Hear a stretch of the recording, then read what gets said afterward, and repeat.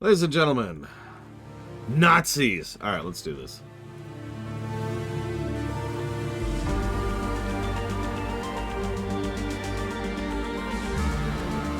No loitering, no thieving. Okay. Warside, that's the one.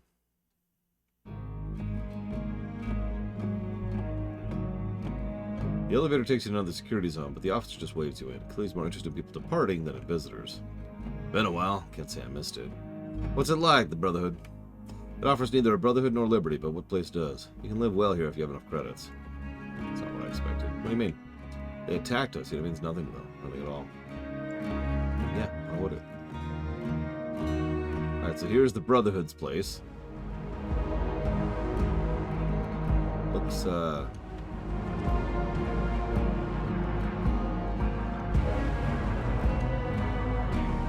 really similar to the Protectorate area, actually.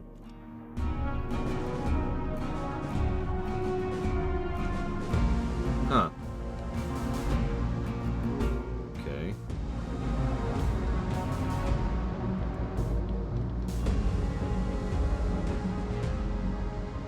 Why not on a freshly pressed rock-hard end tab, when for a few credits you can enjoy a flavor-infused nutrition tablet, soft and chewy? Oh man, I love my humans when they're soft and chewy. Depends on which playthrough I'm on, Yura. Oh, you mean the second area. Oh gosh, I don't know. So it's 1, 2, and like 3, 4, 5. Of Prophecy, the original campaign, I would say it's about 1/5, maybe. No, 1/6. I would say, of the overall campaign.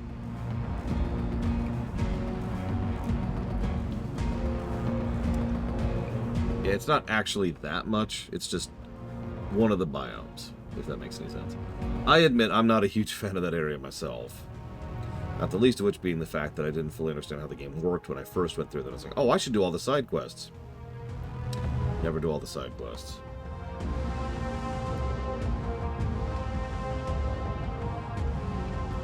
So I need Chairman Hanson.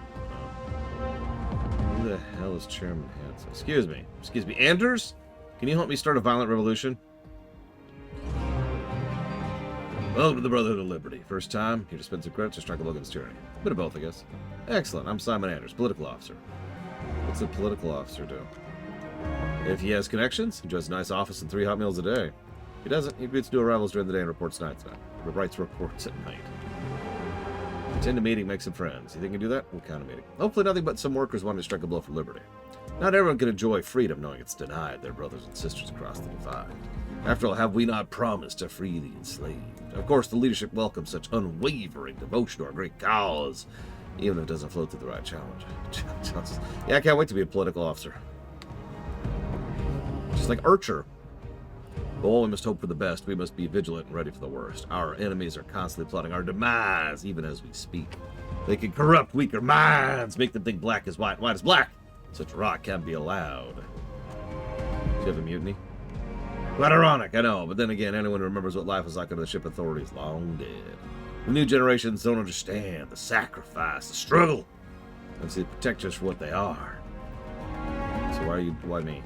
Why not you? I said, look at you, I see a capable man eager to prove himself. Okay.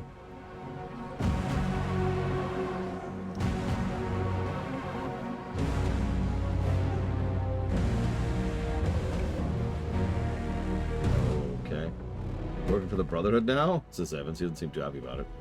We're taking a look at the Brotherhood. He's right. Let's not rush to judgment. For everything the Brotherhood's done, the Brotherhood didn't do anything other than the other two wouldn't have done a heartbeat given a chance. I'd keep that in mind if I were you. Yeah, this isn't... Okay. God, this game is taxing to play through. Also notice this area has the same music as the Protector area. So, with your permission... there we go. That's the stuff. I know some extremely insane people actually like playing video games in total silence like this. It's weird. Yeah, Marowind. Sure, we haven't done Marowind in a while.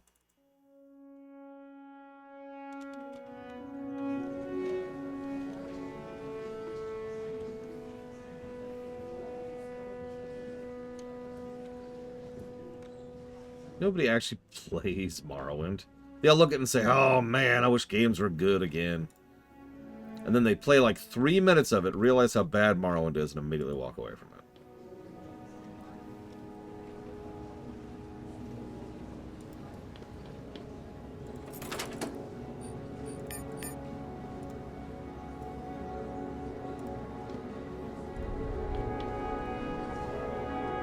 Okay. I mean, why would it, Euro? If you actually think about it, it makes sense. It's not like NES games or SNES games have texture quality settings. Because there was just the texture that you loaded.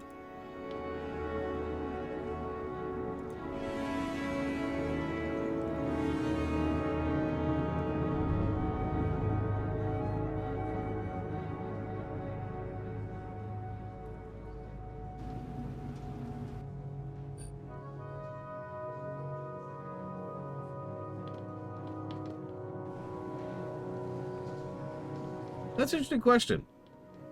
When did texture settings start to exist in video games? Because that had to have been the aughts, right?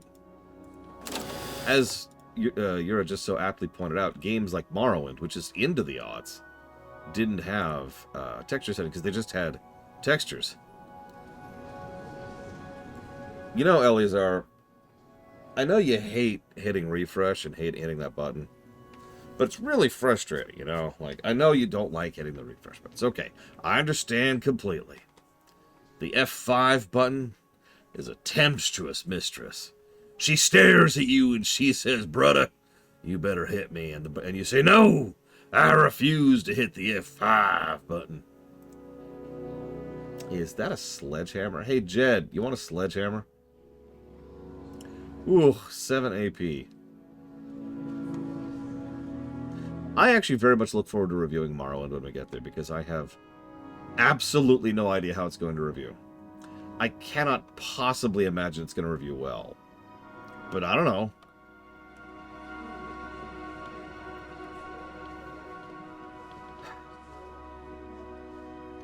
Well, hang on, Eleazar. Let me go pull up my Twitch account. Everyone, stream's on pause. So I gotta go pull this up.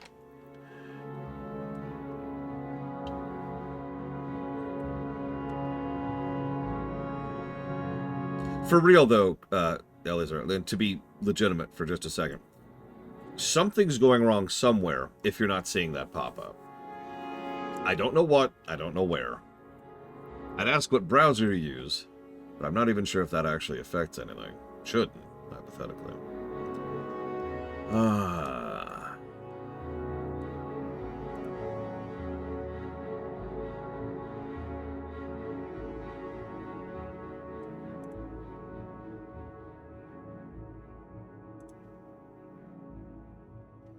Yeah, I'm using Firefox too. Button's right there. You can even see it on my own stream. Can't gift myself a stream, or a sub, unfortunately. That'd be funny.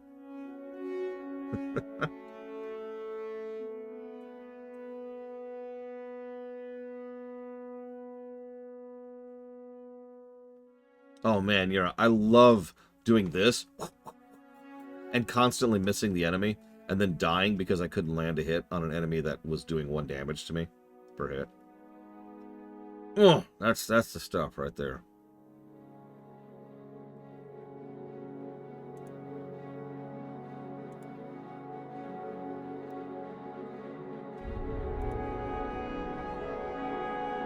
I'm just saying, Oblivion does not have good combat. Morrowind has bad combat. Morrowind did have spears, I'll actually give you that. Thank you, Colgrim, for the sub. As always, and as a reminder, you can put that up to 3 things.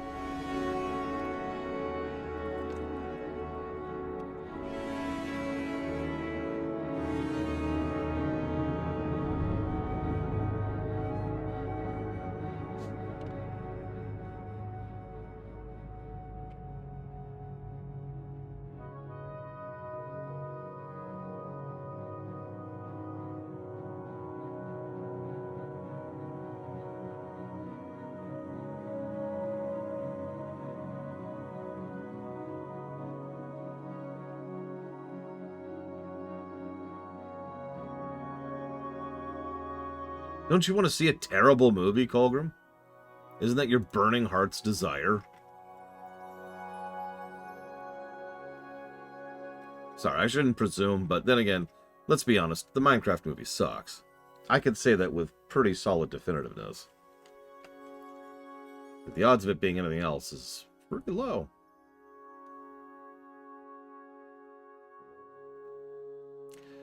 See, stuff like this is why I check this kind of things. Like, hey, here's someone who it says is a subscriber of mine. You can tell because they last subscribed. Yeah, in 2023. That was a minute ago. I've got some 2019. I've got a 2017 on here. That can't be right.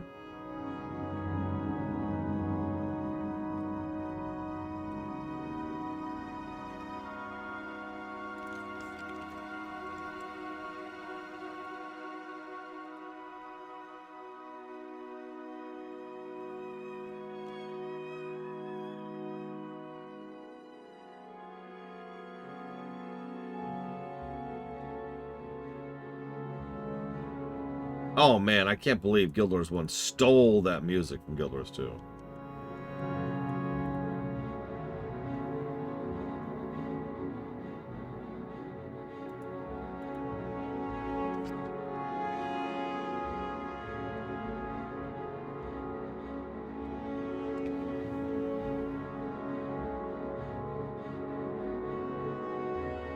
So Eleazar, the last time I see you subbing to me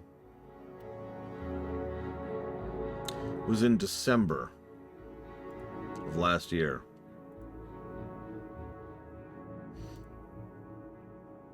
I was just triple checking all that to verify. Hi, Croatia. Welcome back.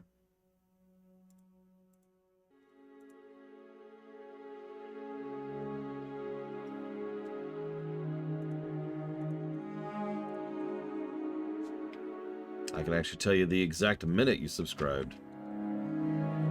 It was December 20th at 16:57 and 19 seconds.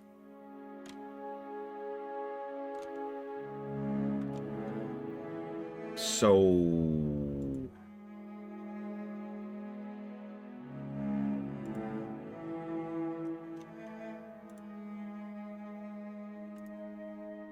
I would recommend reaching out to Twitch to figure out what's going on with that. This might be why the button keeps not popping up, because it's not actually subbing. Might also want to double check with your bank account to make sure that whatever's going through there is in fact going through there. Or, I guess more accurately, isn't going through there.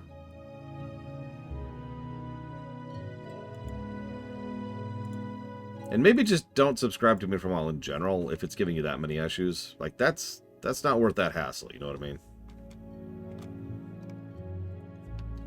Let's see, that's going towards Divinity Original Sin 1, Alien Shooter, and Old World Blues.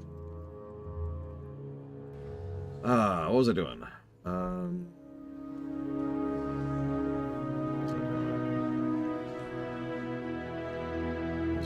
Losing track. Okay, let's head over here. I do have a Patreon, yes. As it happens, I was one of the very first people on Patreon. Oh my god, how am I supposed to manage that?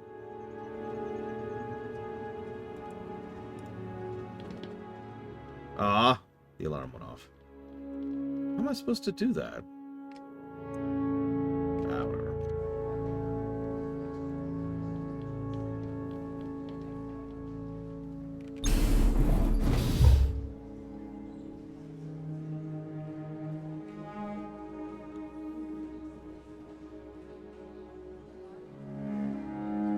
What the hell do you think you're doing? This door was open, officer. I'm on my way to report it. We gained rep with the Brotherhood. Sweet.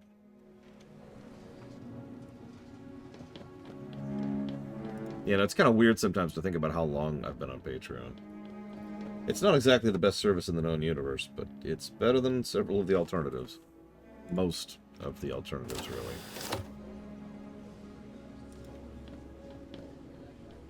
So there's our archivist. Yep, that's how we can advance that quest if we come here instead. Who's Hanson?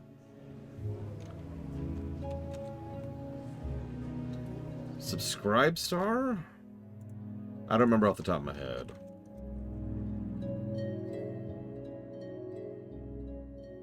There's also Subscribe Star Adult, which you find out immediately. If you Google just Subscribe Star, it's the first thing that pops up.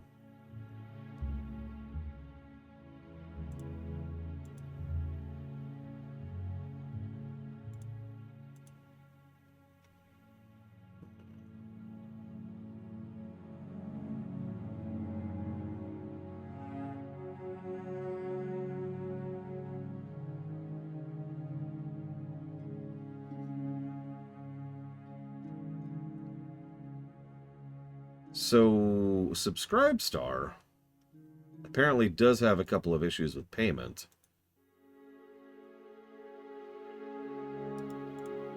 But otherwise, eh.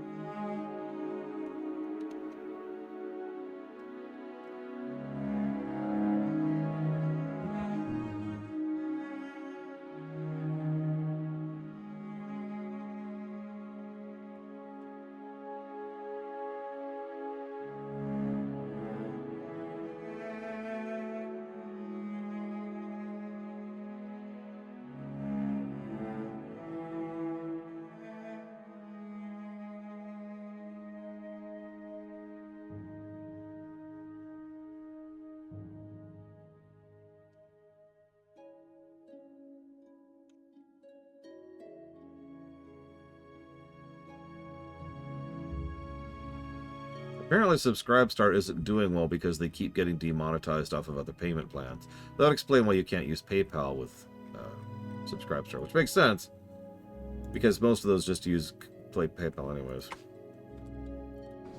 What am I doing? You. I suppose we should actually play this game at some point. State your business. Okay, I'll just go past you then.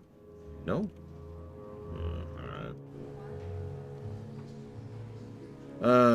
Okay. How about this guy?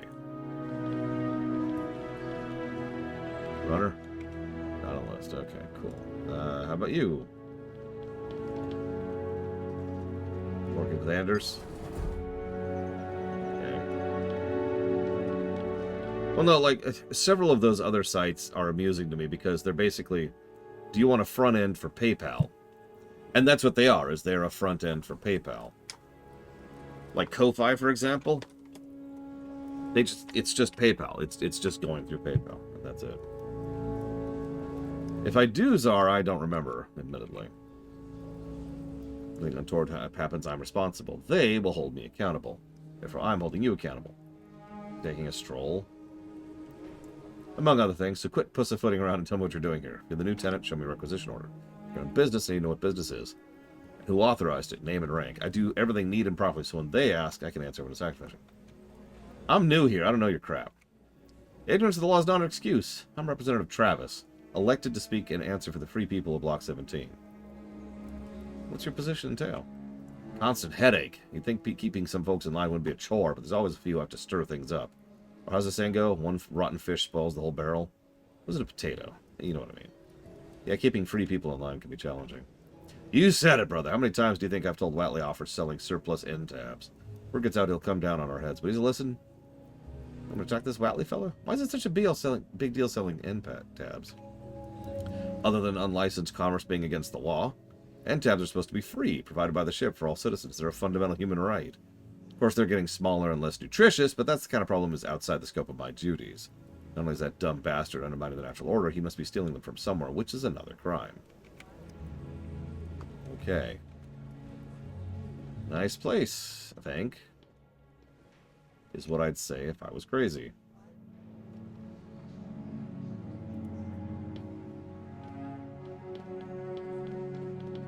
Counterfeiting, yeah. Here, have some end tabs. Thanks. Yum, yum, yum, yum. Wow, this tastes like death. Thud. Hey, DeQuack, do I think cyberpunk lore is that good? It's fine for what it is. Like, it's unabashedly trying to be what it's about. Punk rebelling against system, corporations took over, and cybernetics. Boom. It's a fun aesthetic. Small commotion attracts your attention. Two plainclothes are attempting to evict a citizen. Received a signal from Representative Travis. Citizen Feldman is suspected of poisoning communities' minds with church propaganda. I also suspect he wasn't acting alone. But not to worry, citizen. I'm sorry, who are you? Voluntary People's Guard. The officer is acting. Who are you? I'll ask the questions here, citizen. After all, it's everyone's duty to support political officers in investigations, don't you agree? Yes, of course. I didn't know. Because it's not your job to know. It's mine, and that's why I'm here. I assume I can count on your full cooperation. Yes, officer. Now, what are you talking about, church propaganda? The following items were confiscated. 1 crucifix, symbol of religious oppression. 1 credit drive, suspected proceeds of his crimes. 1 digital notepad, locked to hide criminal activities.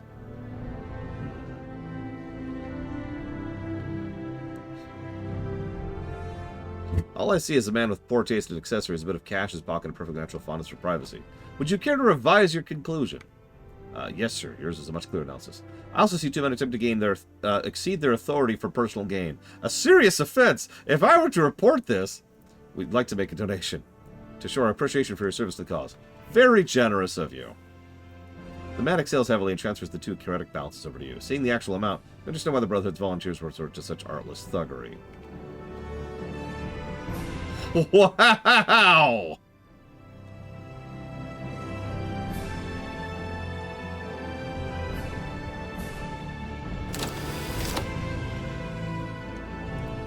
Like I said, these are the thugs.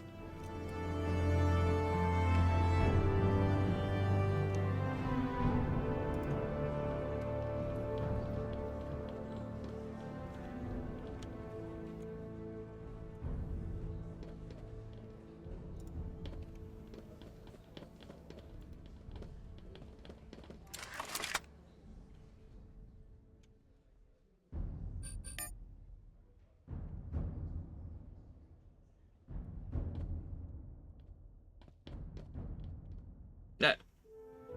Several soldiers are taking a break, warming themselves with instant soup, a flavorless mix of the daily dose of vitamins, amphetamines, and antidepressants. What do we have here? Just passing through. Why is he talking funny? That's how they talk in the pit, because they don't know any better. How's a cargo ride doing here? That's a damn good question. You a spy, boy? I'm an envoy. We'd like to join the glorious Brotherhood of Freedom so much. We have much to learn from you. Welcome to the Brotherhood. Thanks for the soup.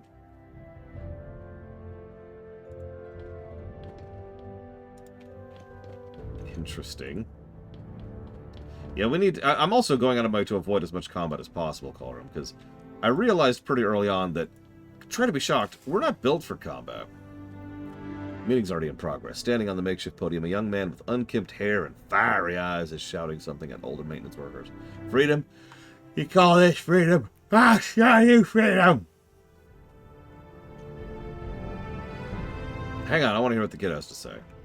Emboldened, the kid straightens up and runs his hand through his greasy hair. He looks like a maintenance worker, refusing to be intimidated. You're free to work at the maintenance for a few credits a day, free to die fighting some other bastards, another war. Feel free to die fighting some bastard in another war. Free to wish you were never born on the ship. Is that what our forefathers fought the ship authority for?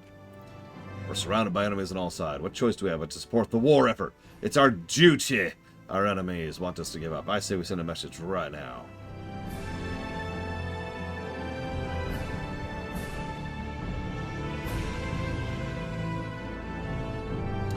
If you're looking for enemies, they're across the bridge, armed and ready. You gonna send them a message too, or just this unarmed kid? Maybe start with you, shut that mouth of yours. Attacking an envoy who's here on official business is a serious crime, comrade. They still throw criminals in biorecyclers. I heard it's a slow and painful way to die. Oh my god, imagine being thrown into a biorecycler while still alive.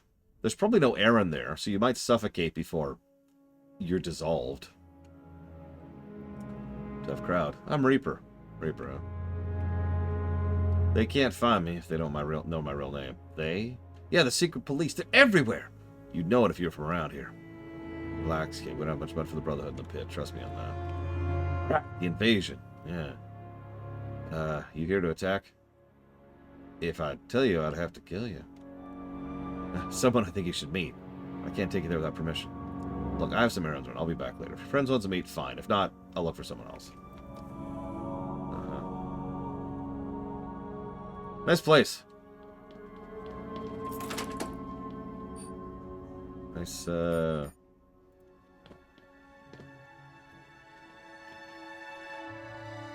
You want to check available jobs matching your qualifications? Apply for training? Report your coworkers and neighbors? Take a quick aptitude test. You can do all this and more at the self-service terminal. Right. So we're in hell. The church people were right. We are in hell. Not even like metaphorically. This is just hell.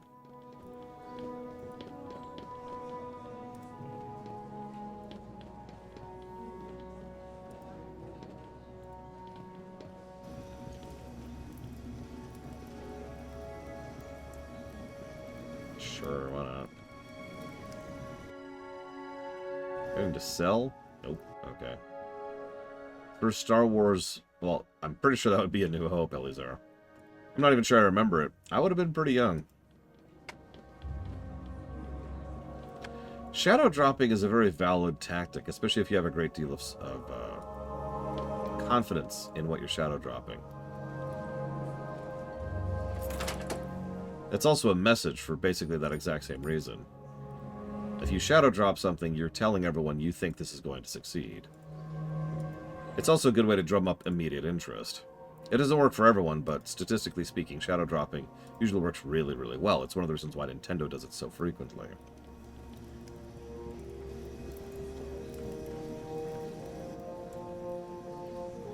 Damage, damage, damage, damage, damage, damage, damage, damage. Yep, we're good. Next. What do you want? I want to talk to you about end tabs. I don't know anything about it.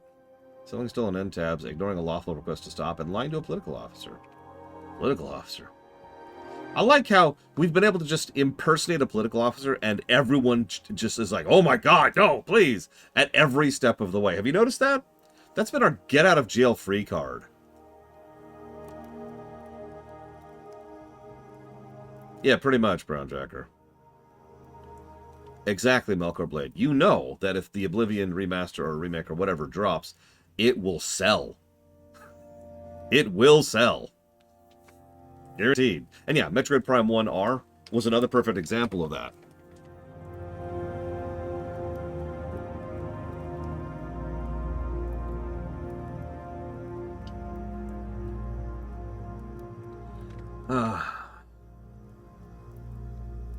I'm glad I got your attention, Mr. Wily. I assume you're ready to cooperate. It wasn't me, I swear. He told me to do it and gave me the end path. What choice do I have? Slow down. Who's he? Menzel. Jimmy Menzel. He's connected all the way up. All the way up. How do I find him? Government residential complex. Yeah, you let me worry about this. I'm going to go deal with this Menzel. Yeah, you notice we have effectively become a political officer, by the way. Like, we are actually running around trying to stamp out legitimate crimes here. Why am I doing these people's jobs for them? God damn it. Can't even stop working in a video game.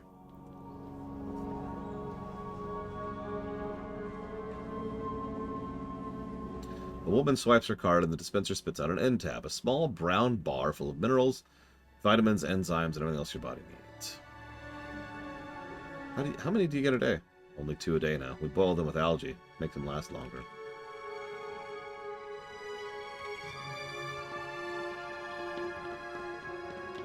You know what? Fair, Lord Harrowmont. I actually can't argue that.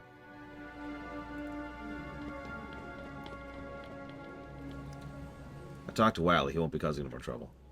Thanks. Here's a token of appreciation. You're welcome. Let's go find this Menzel guy. Hey, offshore Twitch account. Who would be where? Government, barely even human. Sorry. Don't mind me. You're right, this is too peaceful. I like Marowind music much to the next person, but we need, like, super Omega death music. We need music that's going to get the blood pumping. Or else I'm going to sit here falling asleep. So, let's go with some classics.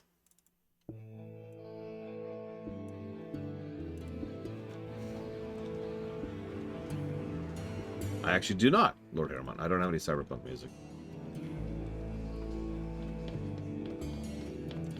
Is this the government district? Delivery for Citizen Menzel. I like how I'm just lying my way everywhere. I've sort of drifted from being a stealther into a talker. I'm not even mad about it. Oh, he's got some troops. Alright.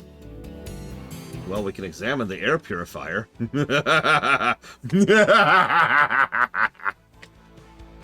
Save. Look, talker, I like playing a talker. What do you want from me?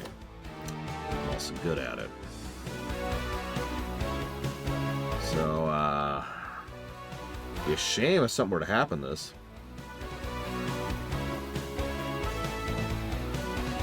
Let's pay his guards a visit. Oh, okay. So yeah, that... Wow, they took some damage from that. Okay, so let's put me over here.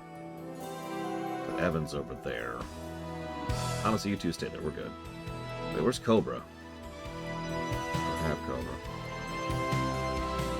True, Ikiclaw. And a lot of games are designed around that concept, too. I could talk them down, but I love killing. I needs to get my killing on. So, damn it. Oh, come on.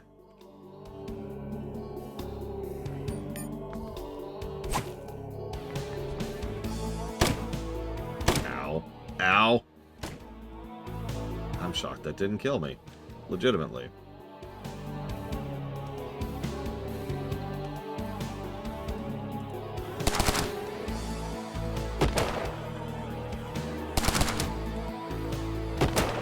And we're dead.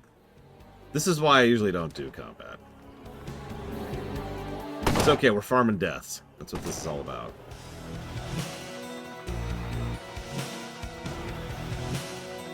Oh, faith.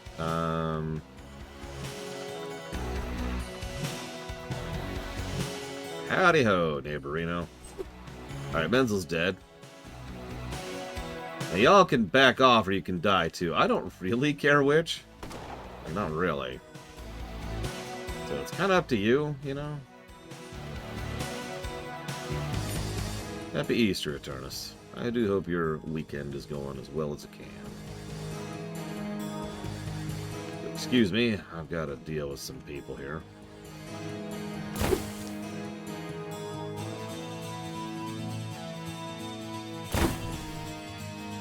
Look, could you do me a favor and die, please? No? Alright, fine. Look, I came in here with an energy shield and a hammer. What do you think is about to happen? This guy's got some evasion. Look at that. Oh. He's dead. That does sound like the worst way to spend free time, Eternus. Can't argue. Ah, yeah, right in the back. That's where I need those bullets. Ooh, yeah. That's how you feel alive right there. Jesus, that guy. This dude right here is just batting a million. We've killed the boss, we've killed the other guy, but this guy's just like, I'm gonna kill everything. He's doing a really good job of it. I knew it, Eternus. Alright, so, yeah, let's aim for legs for right now. Hope for something.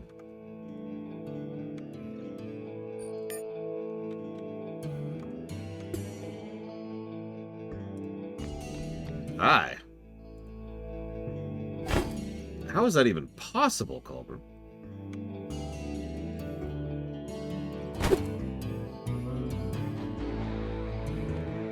Steel Rising, huh?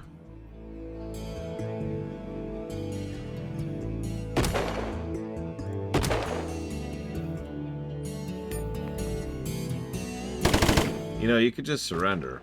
I wouldn't kill you. I killed your boss already. I'm cool with letting you live. If you surrender, I'm just saying. This is it. This is your big chance. No? Okay. You saw. I was trying to be reasonable. Instead, it's stabby time. Yeah, Evans just continues to be carrying me here. He's been doing that this entire playthrough.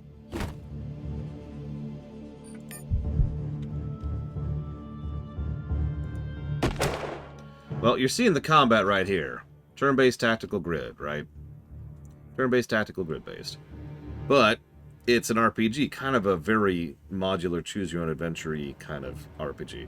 It's by the makers of Age of Decadence. You ever heard of that? And it's inspired by Fallout 1.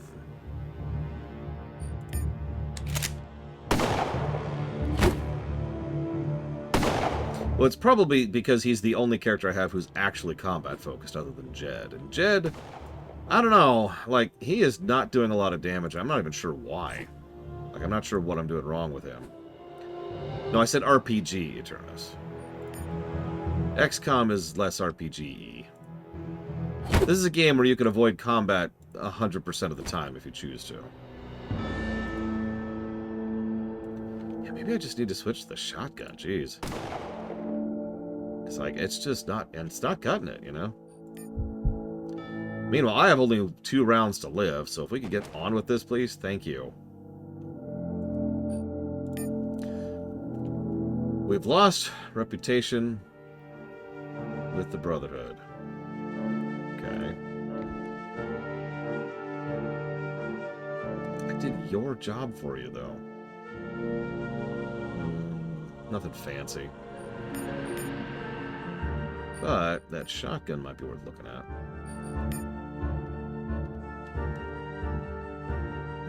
Nope, mine's better.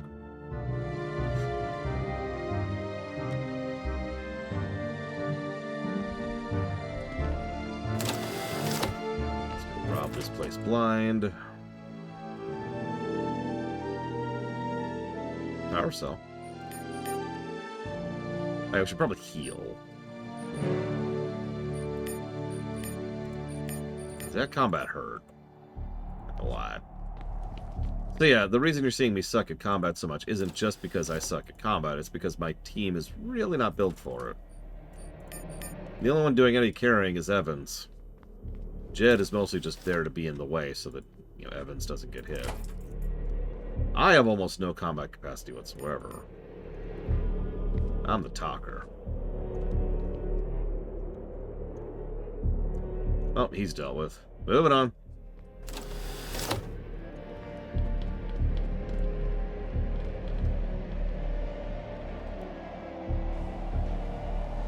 Yeah, I might get rid of Faith. She's completely worthless. She's literally a load.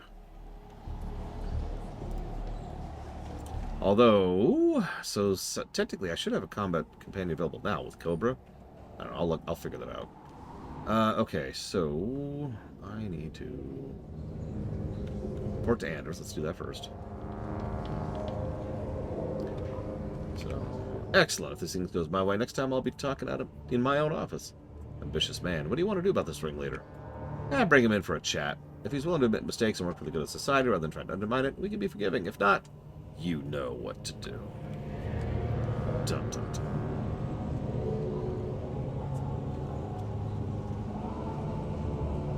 Okay, so where's Reaper right now? Back to the residential area. Okay.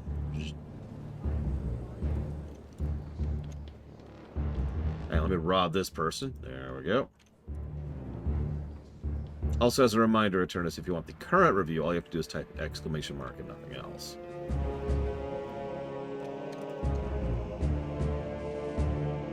Well, there's Reaper. What? I didn't steal nothing, Jesse's mask. You got nothing on me. You got no proof. You got no proof, long aw. Something's wrong here. Maybe we should have another chat with Reaper just in case. You coming or not? Anything you want to tell me before things get ugly? She knows who you are. Someone saw you talk to the pig Anders. Don't worry, I'll tell you, you never showed up. It's impolite to let her wait. Take me to her. So your friend, the woman is casually leaning against a nicely maintained auto turret. Though she's young, early 20s, her eyes burn with righteous convictions. I'm Storm, a storm that'll wash away this farce they call the Brotherhood. Of freedom, no less. We are gonna finish what the mutiny started.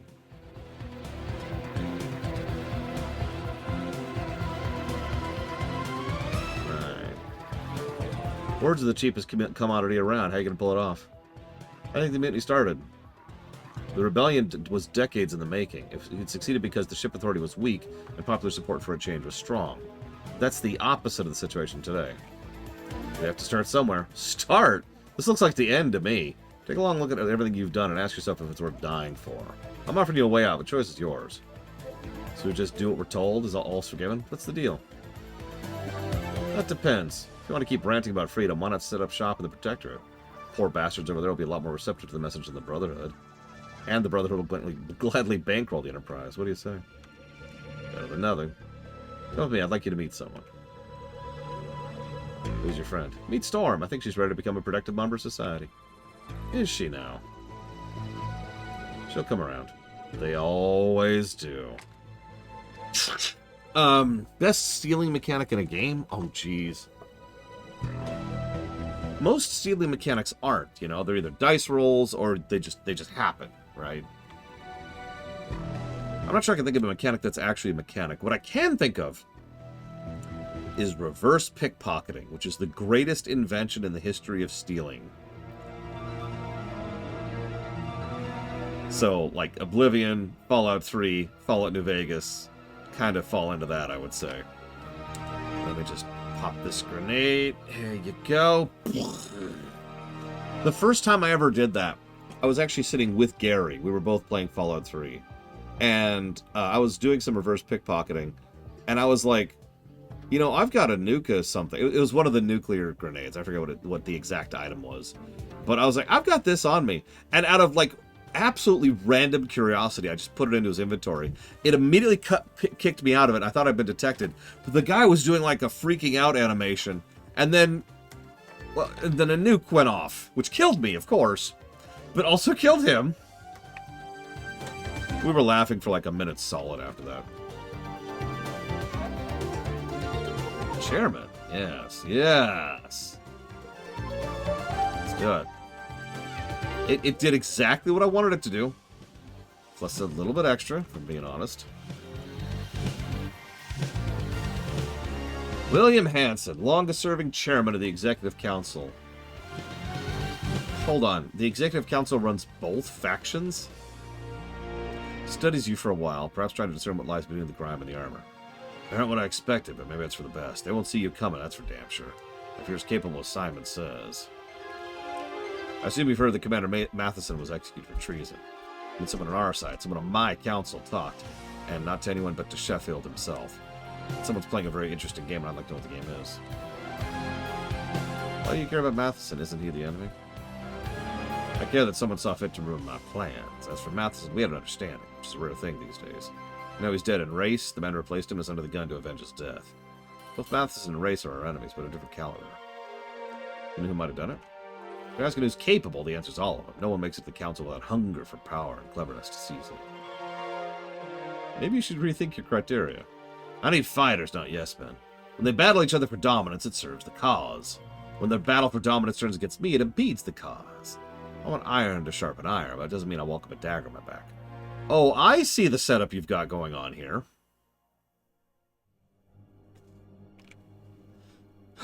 So it was his job to keep tabs on everyone. Yeah, Sheffield's announcement took everyone by surprise, including his own people. It wasn't a case they worked, it was a gift. Get the info from Sheffield by any means necessary.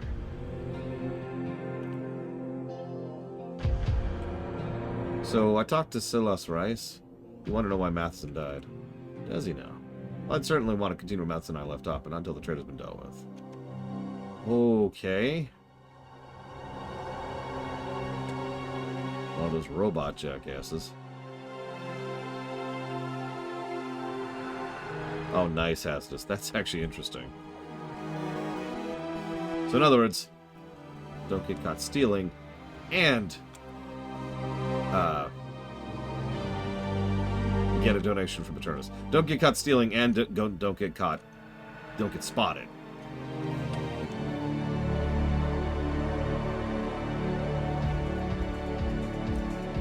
Okay.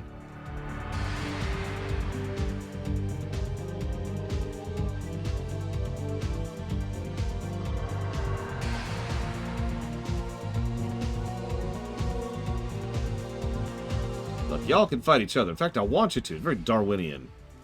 But don't touch me. I'm at the top.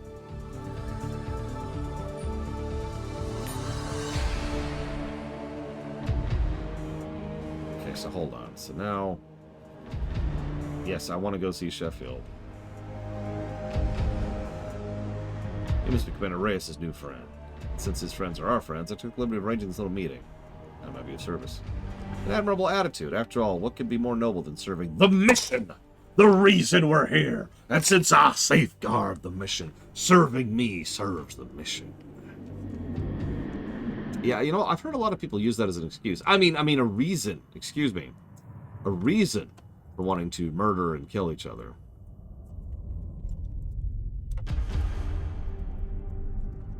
It's a good reason. Right, it's great.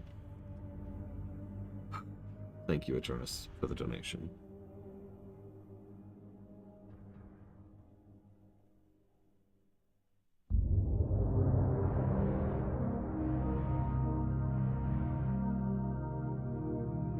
I do always and ever appreciate it.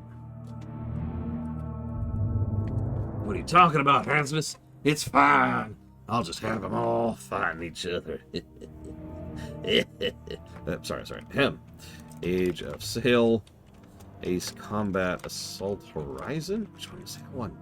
And Subnautica 2. You got it. Thank you. For real. Happy Easter. I do hope you're doing something fun today. Than watching me. So, you can imagine my surprise when I was informed that newly appointed Commander Reyes met a man who's just arrived from the Brotherhood. What's more disturbing is that this agent, let's call it spade a spade, had a private meeting with Chairman Hanson himself. I'll be first to admit I underestimated that old gull. First he recruits the commander of the mission, then he leaks the info as if this grand victory means nothing to him. Well played. Going after another commander, that's going too far, don't you think? We'll respond, of course, knock a few pieces off his board, see how he likes it. This is what he really wants.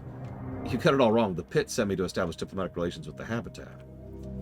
You want me to believe the Pit sent an envoy to the Brotherhood after they attacked you? Try harder. Should we hold a grudge forever instead of trying to prevent future attacks? You're wasting my time then. Pretty words won't stop the Brotherhood from taking what they want. Pit's looking for a friend. All you have to do is ask. I'm sure you know that by now. And what form would this friendship take? The only way to keep the Pit safe is to absorb it, of course. None would dare to attack you then. Anyways, Hanson didn't leak the info. Interesting. So I give Hanson too much credit after all. How disappointing. I think you should tell him. Why would I do that? Well, whoever leaked it's a hardliner, not someone you can work with. Hanson's the devil you know. Your new friend is worse. This whole thing isn't what it seems. If the leak isn't real, you lose nothing by playing along. If it's real, you remove the enemy willing to fight to the bitter end. Crowe. She didn't contact us directly, but the info came from her office. I trust you'll put it to good use. Perhaps you should discuss this with Abraham first? Why? Why should I talk to Abraham about... Okay. Oh my god. Alright, look, Colgrim. I'm hiring you to be my asshole removal agent. ARA.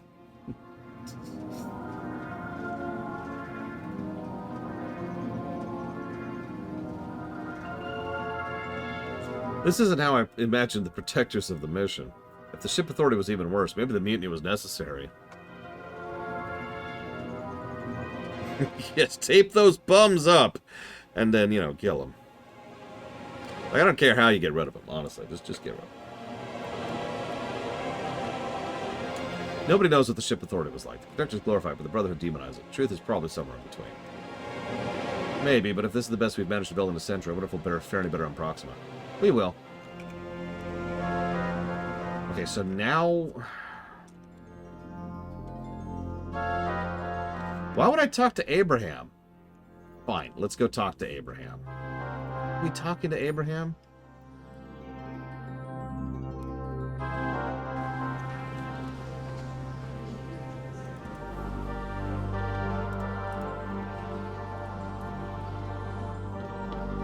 I already saved before this, so we could undo this at a... Have a blessed day. My favorite part is each of the guards look identical in terms of gear and equipment and all that. Now, that's probably to save time from a development perspective, but I like to think that the main actual day-to-day soldiers of each of the three factions are identical. They're just the same dudes with guns. Eden Crowe. Hanson looked for the traitor amongst the weakest, but it's the strongest who have the purest faith and conviction to do what they must. Decades of serving the church has taught me as much. Wait here. Okay. Our attorney gives you data drive. The evidence to clear Eden Crowe of any wrongdoings, if and only if she accepts our offer of friendship. Is it real? What is real? We altered some documents to make it look like Matheson played Hanson, but who's to say it's not the truth? Why would Matheson even talk to Hanson? He didn't have the authority. So I won't be surprised to learn it was Sheffield's ploy all along. If that's the case, Eden Crowe didn't betray Hanson, but saved him. She could be commended for being accused of treason. Wouldn't you agree? Absolutely.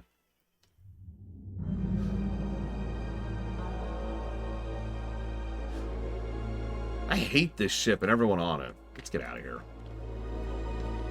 I know, like, the pit was like, oh, everything's terrible.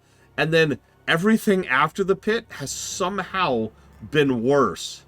Like it was a goal of the designers to be like, you know, let's actually make this even worse.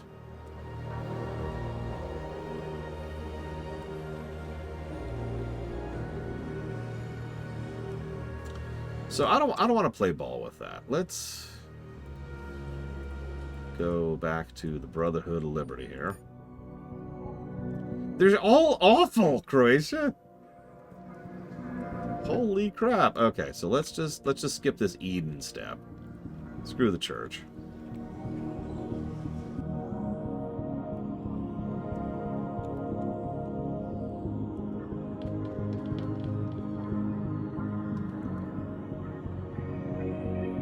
So, Eden Crowe's your traitor. It's always the blade you don't see coming. The one person I thought I could trust. Can you handle it? What do you mean? What do you think I mean? Eden needs to be dealt with, but I'd rather avoid a public spectacle. Who knows how far this rot goes? I think it'd be best if she takes a dignified way out. This way her name, her legacy can be preserved. You tell her that. I'm sure she'll do the right thing. If she doesn't, then do what needs to be done. Why me? Because I can't trust any of my people right now. Not when it comes to Eden.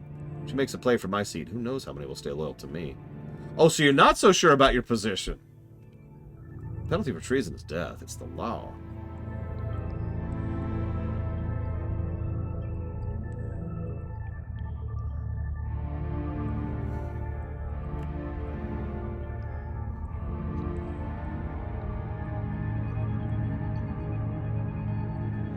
If she committed treason, she aided the enemy. She deserves to die. But what if she merely made an error in judgment? She betrayed me, ruined plans years in the making. Killing Eden won't undo what she's done and will gain you nothing. Keeping her alive will strengthen your hold over the council. Maybe you're right. Talk to her, see what she says. If she's willing to pay the price for her transgression, we'll file it under a mistake. If not, carry out your sentence. Okay. Where's Eden? You know what? Sure, you know, Kennex Cow here. I'm going to just grab this, shove it into the warp core, and kind of just smile at it as it slowly overheats right in front of me. In the nanoseconds before my entire body is evaporated, I will know exactly what I have done to this stupid ship!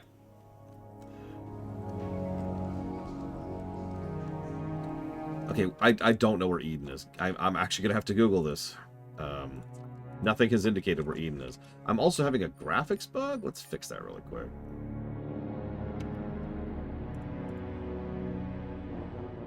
Most of these are just straight checks, which I actually like. You have 5 stats. Ta-da! One of the cool things, and I do like this, is let's say you have 5 strength and you need 6. You can still roll it. You'll fail, but you'll gain strength experience for the attempt to help with the next attempt. That's a nice system and something very, very few games do.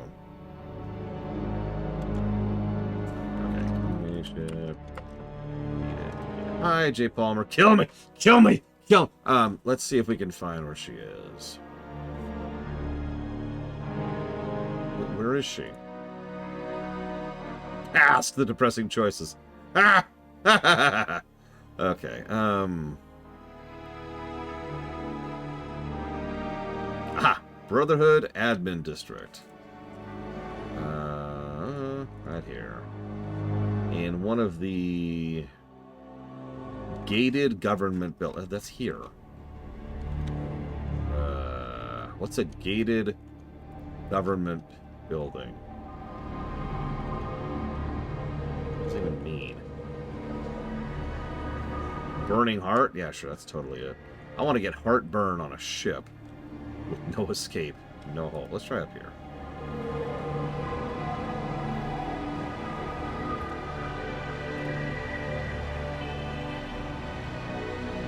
Oh, wow. Traveling at night.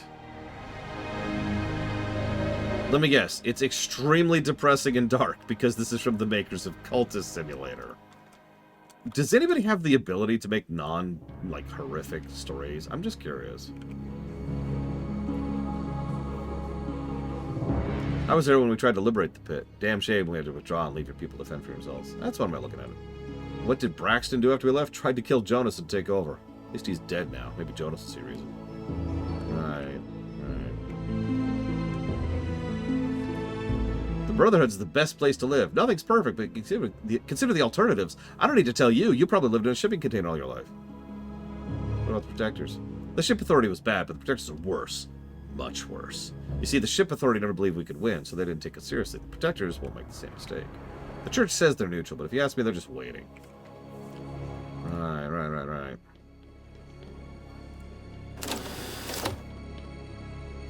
Let's go ahead and rob some people. Robbie. Woo.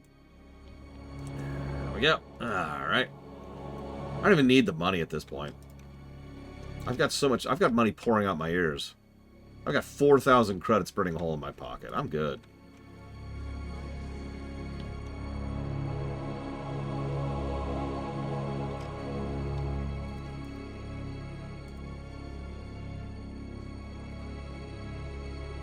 I'm doing it for the experience, if you're wondering. We're up to 8 steel. We are on the very verge of 10 sneak. We need 1 experience in sneak to cap it off. Here to see Eden Crowe. Eden Crowe is sitting behind a desk, going over the latest reports on her tablet. From a distance, she looks like an office worker rather than all-powerful Hanson's right hand. The only indication of her position is the presence of heavily armed guards. You have 5 minutes. Hanson knows it was you. She stiffens and slowly puts the tablet down. Go on. Nothing personal! No, punishment for treason's death, but Hanson's willing to pretend that what you did is merely a mistake. Not in the mood for riddles. He's offering life in exchange for loyalty. Loyalty is to the cause, and I have never wavered, so it's obedience he's after. After you betrayed him? If you expected a better deal, you're a fool. Fine. Let's not pretend to have a choice here. Why'd you do it? Because it was the right thing to do. We're at war with the Protectors, and you don't win a war by making peace and concessions. If you're asking me if I have any regrets, the answer's none. I stopped Hanson from making a horrible mistake, and I'd do it again if I could. Alright, whatever. I'll let the chairman know. That looked like a hard fight anyways. Eden has accepted your terms. Probably one of the Marios, J. Palmer. In fact, I'm going to go with Mario Wonder. Boom. Oh, I wish I was playing Mario Wonder right now. I wonder what Mario Wonder's going to be like on the Switch, too. Did she know? I thought she'd fight to the better end. At least that's what she's been preaching all these years. What's going to happen to her now? New life, new guards, loyal to me, of course. New staff, new rules. Everything goes through me. Yeah, so about the other quest I got, we can't win this war, neither can the Protectors. Matheson knew that. And paid for it with his life. After decades of preparation for war, talk of peace is pure heresy. It's dangerous to the state and almost suicidal to any citizens who might entertain it. What's the alternative? Coexistence? A bizarre idea, I know, but perhaps we should all take a step back from the brink before we destroy the ship and everyone on board. I don't take you for a pacifist. I'm a pragmatist. If there's one way to wipe out our enemies without risking annihilation, I'd lead the attack myself. There isn't, so we must work towards peace in secret. We must go after the greatest threat of all, the Protectors' Executive Committee. So you have a different executive committee from their executive committee. How did your executive committee get their jobs?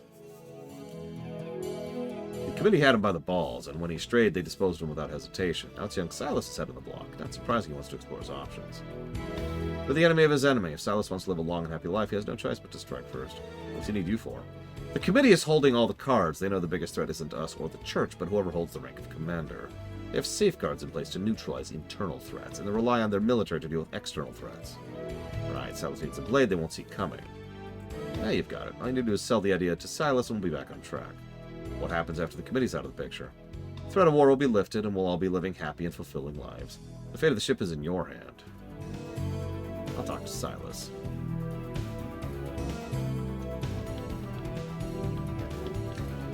The closest thing we have to a depressing Mario game would, of course, be... oh my god, you haven't heard, Eternus? Yeah, no kidding, Dakota. I was actually expecting something there. Is Super Mario... Paper Mario 2, Thousand Year Door. Which is a very dark story, but actually the exact opposite of depressing. It's very uplifting and positive. Lots of great characters, lots of great plot. It's actually one of the best RPGs I've ever covered. And I think it's actually currently the best RPG we've reviewed. Although that's the remaster, which polished it up a lot.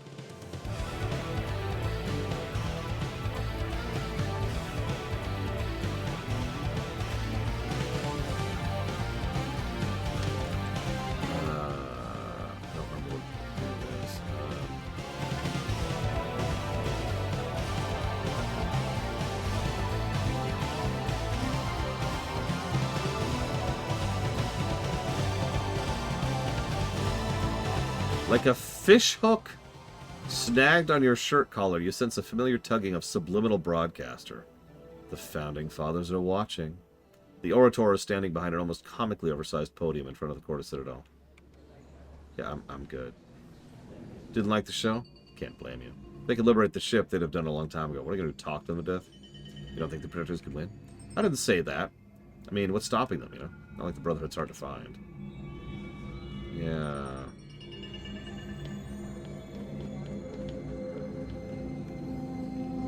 Cute. So, Reyes. Wait, this is not Reyes. No, that is him. Never mind, I'm right. Silas, excuse me. So... No, it can't be. I knew Matheson. He never betrayed the mission. The executive committee isn't the mission. It's treason. We can be killed for even having this conversation. Then maybe Matheson was right. If he was right, there's nothing I can do about it now. Nobody is above the mission, Commander. Not even the executive committee. You can serve the committee or the mission, but not both. Enough. Okay. You chew on that, Silas.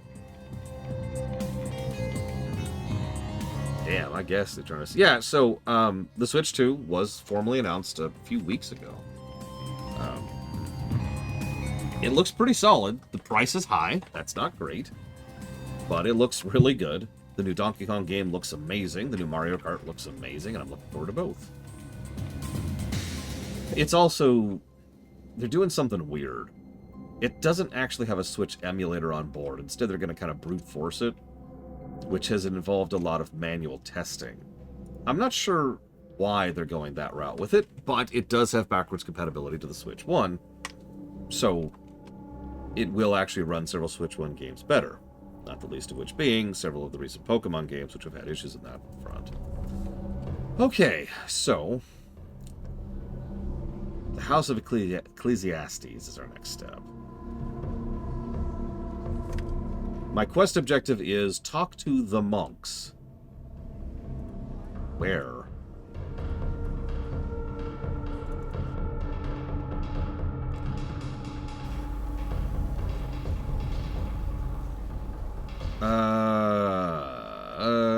Okay, I saw a monk. Need to get a maintenance. Thank you for that. I actually... is it this way? No, that's the church. It's gotta be this one, I think. See, I'm pretty sure I've been to maintenance. No, that's the cargo elevator. Hang on, that's the shuttle bay. Okay, so I don't actually want that. Oh, every faction has an entrance to maintenance. Okay. In that case, we'll go here. Because we totally chose the protectors. Wink. There's actually a spot called Maintenance Deck Entrance. Okay, down we go. Thank you for that. I would not have figured that out without Googling it. You're standing on a platform suspended above the ship's underbelly. Here's a vast maze of dilapidated machinery that has kept each generation alive for the past 4 centuries. There's the ECLSS, the Environmental Control and Life Support System, a humongous pyramidal structure from which soars an impossibly tall tower. The ship's central life support station is flanked by 4 heavily fortified maintenance hubs, claimed by the factions of the habitat. The cacophony rising from beneath your feet makes it difficult to concentrate. The haze of toxic-smelling fumes floating above the machinery obscures much of the details of the ground. It's hard to imagine anyone but the monks being able to operate this industrial hell. We did give a negative to journal, right? Yeah, we did. It's right there. This is it. Most folk don't realize we're one accident away from sudden and glorious death. Perhaps they're better off not knowing. How the monks endure this for centuries? I know they aren't human, but still. What choice did we have? Better than the habitat. What don't you like about the habitat? Everything? Life was simpler in the pit.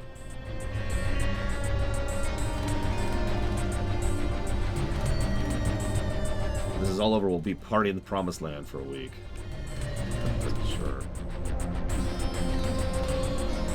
It does seem to be a persistent problem. I'll debate a second. Oh, it's terrible, Eternus. You have 3 factions to join. You have to join one of them. One of them are the Nazis. One of them are the ultra-rich religious zealots.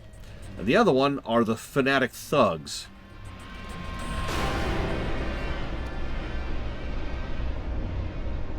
Take your pick. Now, we're in a new area, so let's turn the audio back on. Freedom! Eternus.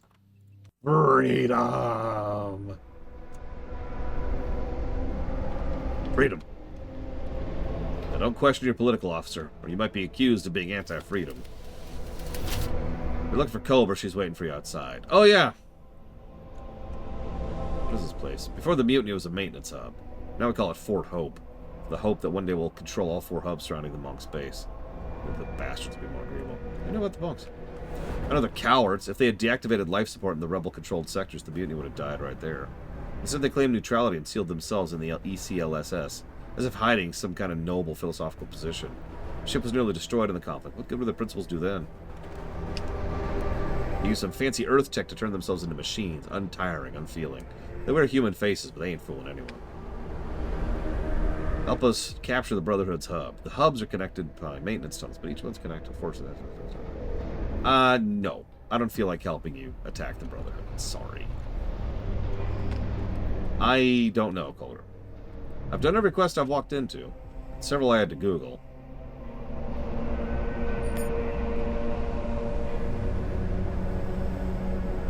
Just check this out. Yeah, there's the subdrum. Okay.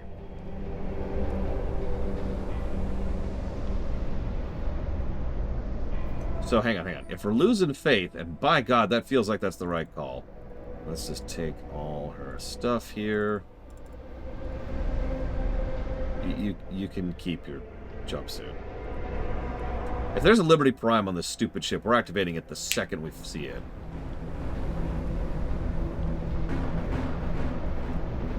Let's do it.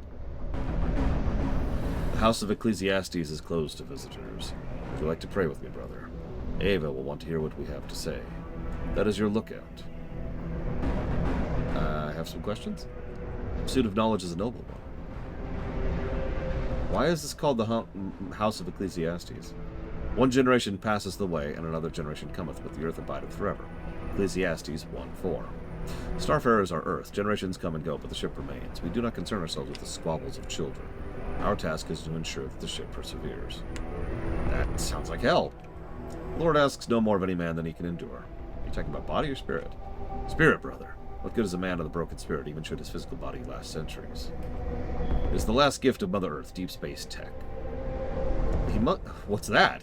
He seems to look inward as if pondering the question while scanning the databanks. Imagine a deep space mining station, 30 or 40 years travel from Earth. By the time you reach your destination, you're already an old man, and you still have 20 years of service ahead of you. Most of these jobs are solitary. Few companies can afford a fuel crew. There's nobody to rely on but yourself. It doesn't take much to keep up with routine maintenance, but if things go awry, and they always do, a lone miner in deep space will need a lot more than what Mother Nature gave him. The technology goes beyond augmentation. It rebuilds you. Anything you don't really need is removed altogether or replaced with cybernetics. The digestive system can be replaced with a much more efficient nutrient delivery system. Adaptive immune system is an impressive evolutionary feat that kept the herd safe, but on an individual level, it's fickle and prone to failures. Reproductive system is not needed in deep space. Can all these be done with implants? An augmented human is still human, with all the accompanying structural flaws and cognitive biases. Look around you. The ship is deteriorating before your eyes, but you keep on fighting like it's the only thing that matters. We have moved beyond that. You don't have disagreements? You still don't understand. Disagreements require conflicting viewpoints, different perspectives, assumptions, goals. Had the mutineers been able to evaluate their situation logically rather than emotionally, they would not have rebelled. If Tay's warring factions would do the same, they would set aside their differences and work towards a common goal. So that's all you see as emotional differences? What else is there? That's what doomed your kind on old Earth, and what dooms you now. So, hang on. Did you agree to all these changes you described? What choice did we have? Miller said that anyone who wished to leave and never to any who wished to leave and never to return were free to do so. No one did. We knew the ECLSS must be maintained and shielded from the conflict raging on the ship. To join in that fight would guarantee the death of every man, woman, and child aboard, just as certainly if we chose to crash her. Sir, who's Miller? John Miller, the last CTO, Ava's father. Okay, so that's the frickin' monks. They're, horrifying in their own lovely way. Nice people.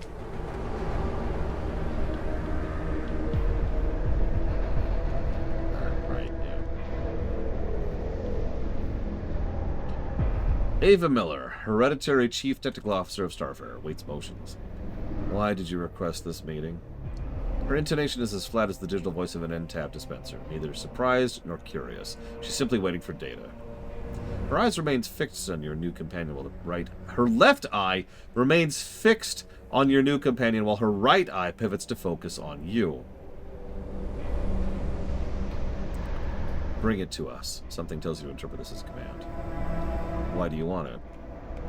To maintain life support until Starfire reaches its destination is our mandate. What about this? Functional capacity continues to deteriorate. Currently we're at 57%. Operational standard is 85%, but Earthborn can tolerate as low as 70. In exigent cases, 50 is acceptable, but only temporarily. You're saying that we won't be able to breathe air and drink water. Our species is extremely adaptable, even when it comes to something as vital as oxygen.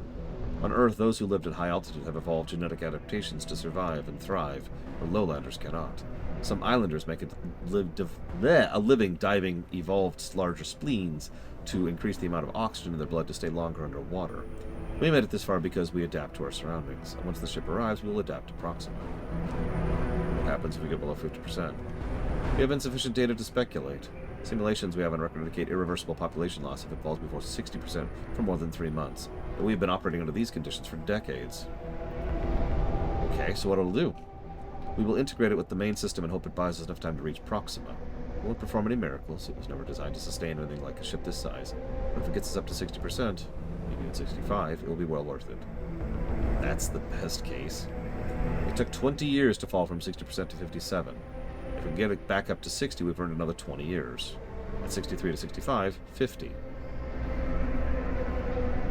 It needs to be assembled. All it needs is fuel. We'll do the rest.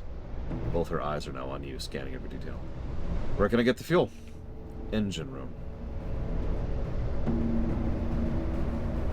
Where's the engine room? Next to the ship's engines. The mutants call it the heart. Okay, what else does the machine need?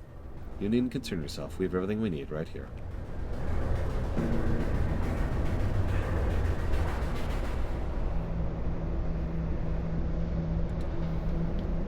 I let chat vote, Eternus. Chat voted on the Nazis. A monk with piercing blue eyes is staring in her direction. Who are you? Zeta 4, 3rd generation. I don't know what that means. Designation Zeta means I have an envoy augmentations. I was reborn 25 years ago, which makes me 3rd generation. Who were you before you were reborn? I do not know. My earliest recorded memory is awakening here, but the overall conditioning of this form suggests long-term malnutrition, which places my earlier self outside the habitat, most likely in the cargo hold you call the pit. I thought all the monks came from the original maintenance crew. First generation, yes. Okay, what are the envoy augmentations? Specialized military kit designed for liaising with potentially hostile native population. Our goal is to discourage attacks and maintain our operations unimpeded. You mean us, don't you?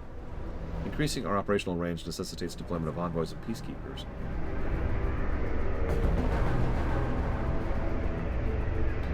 What's a peacekeeper? An agent tasked with restoring peace in the events of hostilities towards an envoy. Why are you increasing operations now? Maintaining Starfire's life support systems will soon require additional resources and cooperation from local authorities outside ECLSS. She seems nice for a cyborg designed to deal with potentially hostile population. You don't trust them? They're expanding operations. Envoys, peacekeepers, enforcers. This doesn't bode well. What can they do? They're too few in number. I don't think they can do anything without a reason. Yeah, that's what I'm afraid of. You think they're still human? I mean, they're more machine than I thought. Maybe it's a good thing, after seeing the habitat. I mean, yeah, I get it. The habitat sucked. Moving on. Okay, so... yeah, I'm with Takoida. The big war between the three factions is very obviously actually the primary optional quest, whereas dealing with the life support is very obviously the MSQ. Which, that makes sense. We're on a generational ship. You know? Life support's kind of relevant. So I thought this job couldn't get any worse. Now we'll have to deal with the monks on top of the Brotherhood and the Church. Let's go take a look at this machine here, see what all the fuss is about. Then we'll get the fuel cells for the mutants. You don't expect it to be easy, do you? It needs more than fuel. Well, whatever it is, the monks have it. That's the good news. Bad news is we'll have to find a way to take it from them, but we'll worry about that later. That was Chapter 2. Chapter 3, Delivery. The mystery machine turned out to be a mobile life support generator. Life support generator. Originally intended for emergency use on Proxima, it could be a powerful weapon in the struggle for control of the ship. Central life support failing, whoever controls the machine has the power of life and death over the ship's inhabitants. After some deliberation, you offered the machine to the protectors of the mission. The problem is the monks, the enigmatic cyborgs, expect you to deliver it to them. Cool. No, Zactad, not quite like that. What do I make of the monks? Actually, really interesting, and probably the most interesting of the 4, I suppose, factions. 5? I don't know. 8? The Protector sent Cobra, a trigger-happy, results-oriented operative, to accompany her. Her job is to deliver the machine. Once it's assembled, kill everyone's away, including you. I can't wait to kill her. Because that's where this is going. Maybe I shouldn't get rid of her. Or get rid of Faith. Return to the factory. The toll road has been restored. Traders are going. Tired of the habitat already. Can't blame you. How's business? Traffic's good, but every credit goes to recruiting and outfitting. No wonder Stan was so miserable all the time. It ain't cheap. New friends? Long story. Not bad. Well, I always say the Protectors are fighting for all of us. There's nothing I can do to help the mission. Yeah, don't worry about it, Bartholomew. Okay. Well, the original generation were all universally religious zealots who took this as a pilgrimage to go find heaven after leaving hell, which was Earth. Now, we don't actually know much past that. I'm not sure we need to know much past that, but, you know.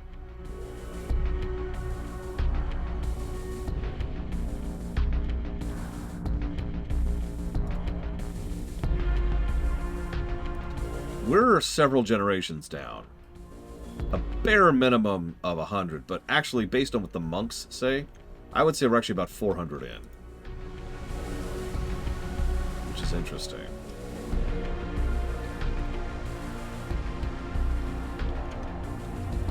Hello?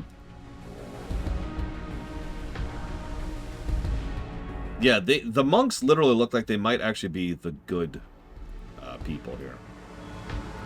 400 years, J. Palmer. So,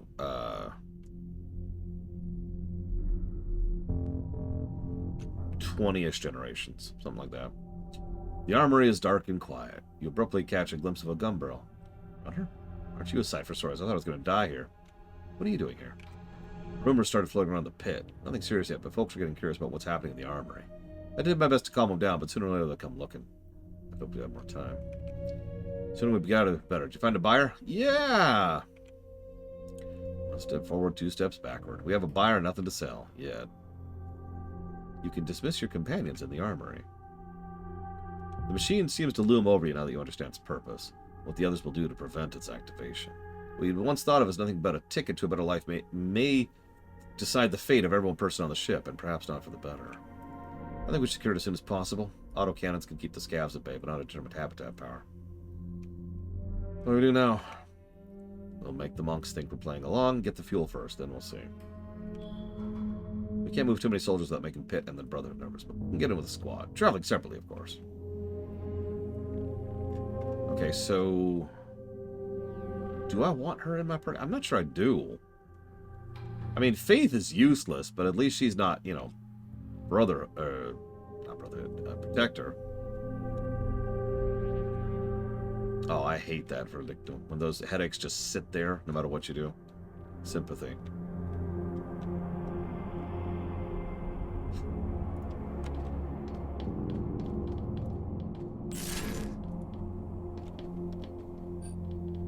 Oh, a cloaking field. Nice.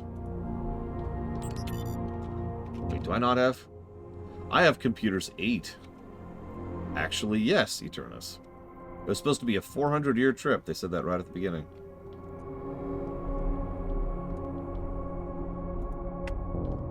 And apparently we're about 400 years in.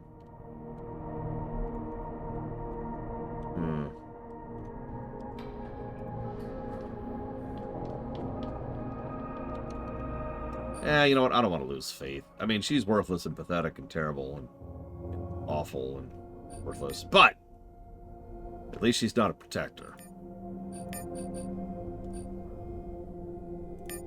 See, that's what I'm thinking is Miristar.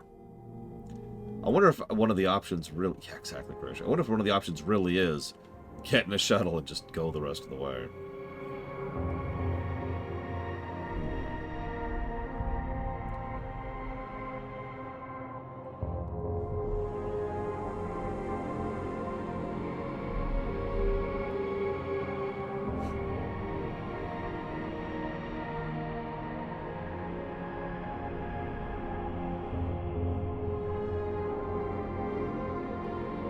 What do you mean, Farron?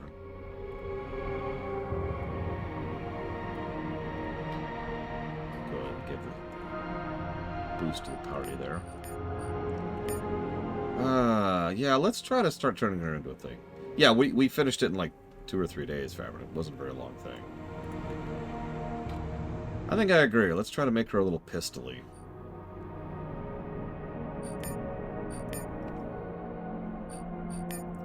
Try to turn her into something. So let's see.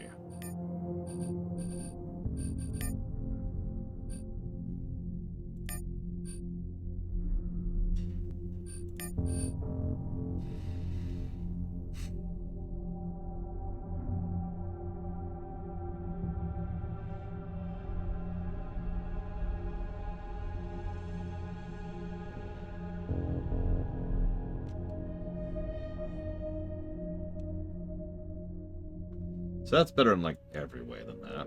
What about that? Nah, what about that? Nah, what about that? Yeah, that might be as good as we have. Let's go and reload then. Give her a gun.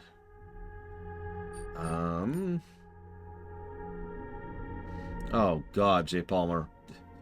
There's a reason I played StarCraft music earlier. That's all I'm trying to say. I mean, I'm honestly thinking about it, Anditty. It's even one of the options I put in the poll without even knowing much about the game. I was just like, one of the options is bail, and I'm leaning towards bail. Just get me out of here.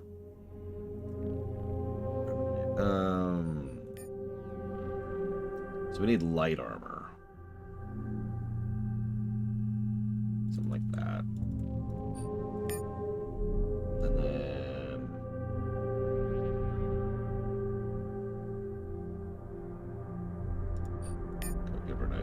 Gunslinger jacket.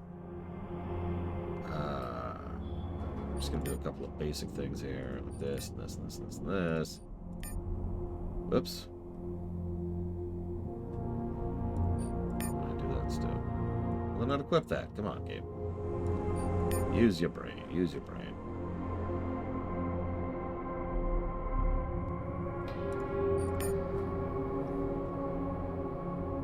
I don't know, Anthony.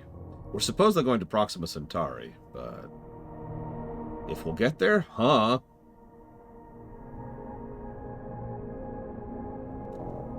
Looks like our best thermal is 75, yeah. So let's go ahead and do that. So 75 thermal. And it looks like 40% on that. Yeah, so let's go give her that. Oh yeah, as a reminder, 400 years ago, there was a medieval society on the planet we're going towards. So, I mean, 100,000 people with spears could probably take us down, I'm just saying. Pretty much Eternus, yeah. It's okay, we knew the planet was habitable at some point in the journey. I'm not actually 100% sure when we knew that, but it's definitely something we knew. Alright, let's give her a healer. Let's give her a flashbang and a smoke grenade. There we go. That's true, Asmira Star. I'm just making the point. I've studied history. Armies were big back in the medieval ages. And you just see one army come swarming down, and that one army probably outnumbers our entire population. I know we have guns, but you know, we do not have the advantages here. Our ship is barely functioning as is.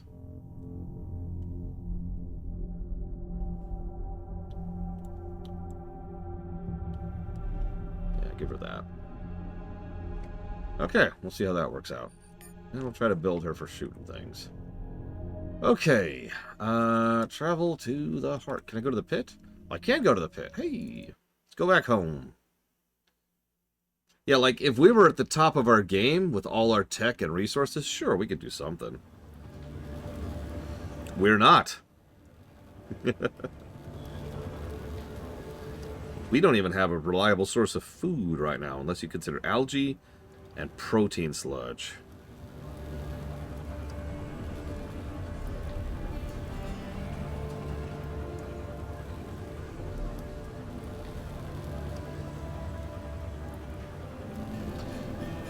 Nothing changed in your absence. A buzzing jubilation envelops the town. Now the would-be tyrant has learned a hard lesson.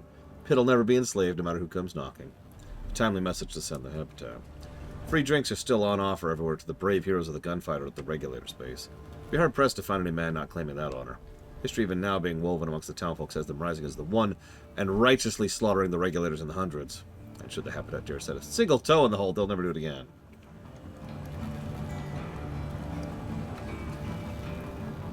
Right.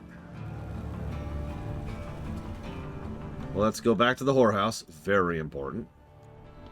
Oh, there's nobody there. Oh, he's up here. Oh yeah, no, this place, this is an extremely bleak setup.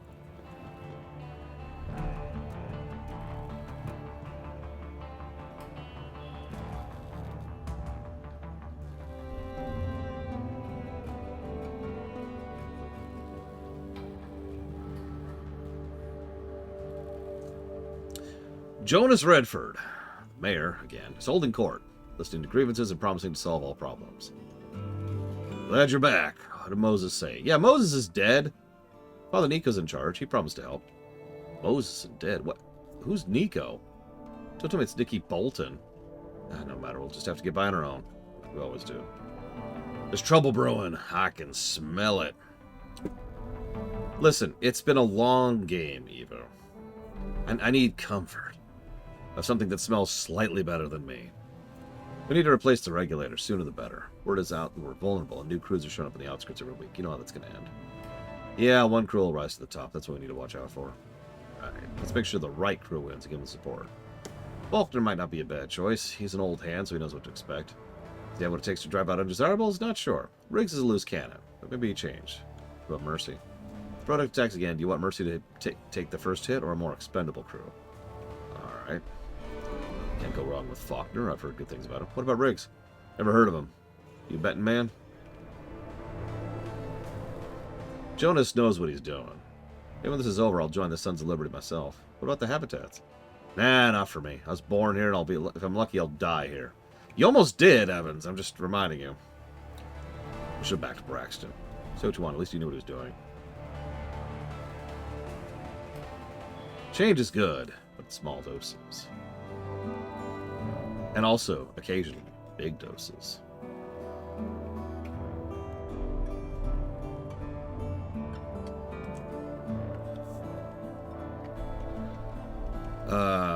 Okay.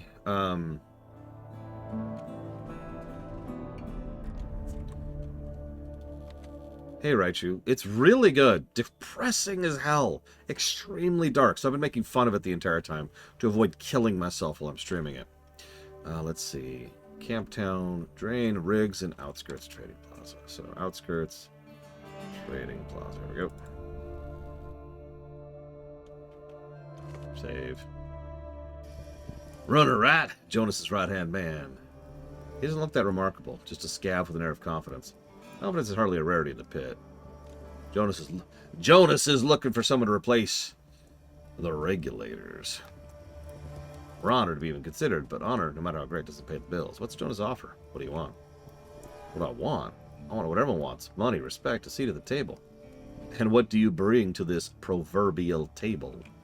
The most valuable commodity of them all. Stability in unstable times. Unlike Braxton, I don't want the pit to change. Yawn in the middle of a sentence. Oh, that would be horrible. And become something it's not. So we'll fight to protect it in our sacred freedoms. So how do you see this partnership? Okay. I'll talk to Jonas.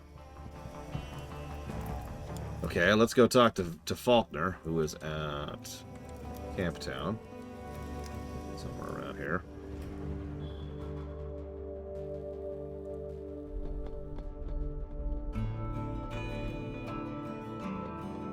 Oh wow, one of the turrets was taken down by a riot last year. Jesus. It's okay, hang on, Raichu, check this out. If this person still talks to me. Ah! So these people sell synthetic meat. So what they do is they throw people into biorecyclers, and the biorecyclers really slowly process down the bodies into a mostly sterile sludge, which you can then add flavoring to. Over 200 flavors. Oh yeah, you can throw whatever in there, obviously. It's just people is what they talk about throwing in the most. Apparently you can throw people in while they're still alive, too. Although they won't be for very long.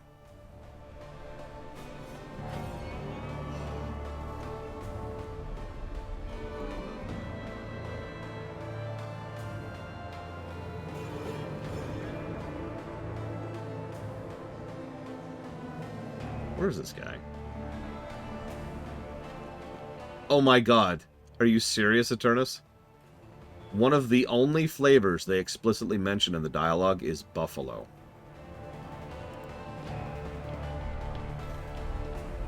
It was like buffalo and blue something. Oh god, what was it? I can't remember the other one. It's like 2 flavors, and buffalo stuck with me because it's one of the ones I mentioned. Where is this asshole?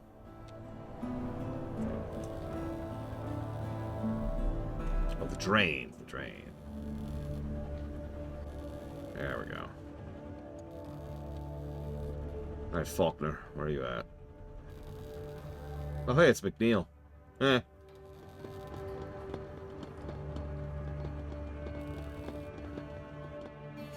What brings you here? He asks cautiously. Life taught him to hope for the best. He works for Jonas now, says McNeil. Yeah, Jonas is looking for a crew to replace the Regulators. Secure the town while staying out of Jonas's way, unless we end up like the Ringleaders. Something like that. If I take this job, I don't want to worry about what Jonas is thinking. I don't want him worrying about me either. So we ought to deal with these worries, and the best way to do that is to make Braxton's replacement a full-fledged partner rather than hired help. It's a big ask. Is it? It has to be this whole mess is Jonas's fault. Why? Because he let it happen. All this time around, he'd have... So this time around, he'd have to share some of that burden of power. And if he says no, well, he learned nothing at all. Why'd he put it on Jonas? Braxton's a merc. He was loyal to himself and maybe his crew, but not the pit or Jonas. He saw a better deal, and he went for it. Blaming him is like blaming Solomon for preaching every day. So what was Jonas supposed to do? What he's doing now, recruiting our own militia. Braxton attacked because he thought he had a good chance, and that's on Jonas. Wait, you and I, we didn't always see eye to eye, but Faulkner's the right man for the job. Knowing Jonas, he probably sent you to Riggs, too, but Riggs a loose cannon. You're a loose cannon! Turn in your badge! Turn in your gun! Turn in your blade trevall! Turn in your spear! Turn in your Pop-Tarts! Turn in your oxalotls!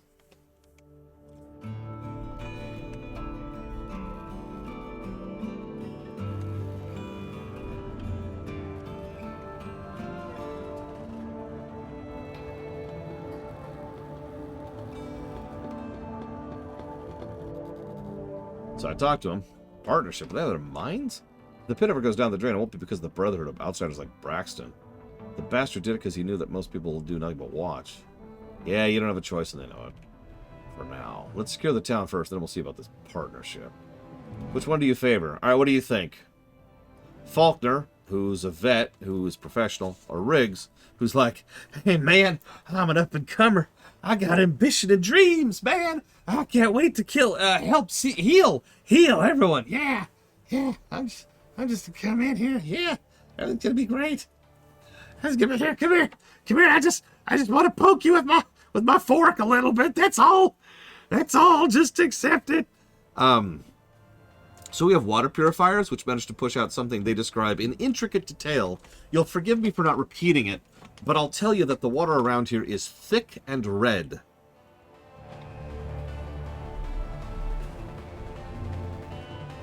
Let's go with Faulkner. Faulkner, I trust him. It's good, but the reason I trust him is he'll play it safe, and safe might not be what we need right now. He actually wants to go with Riggs. Yeah, it's not oily yet. It's just rusty. Also, considering what we just learned from the monks, yeah, it's very likely that that's the reason why the water reclamators and the air recyclers are doing such a terrible job. Alright, go with Riggs. Wait, I'm thinking we need more manpower here. Tell Riggs to take over Faulkner's crew. See how he handles it. Faulkner's gonna like it. Like I give a damn. I'm trying to save this town, and if Faulkner doesn't like it, he can go to hell. Quite literally if it comes to it.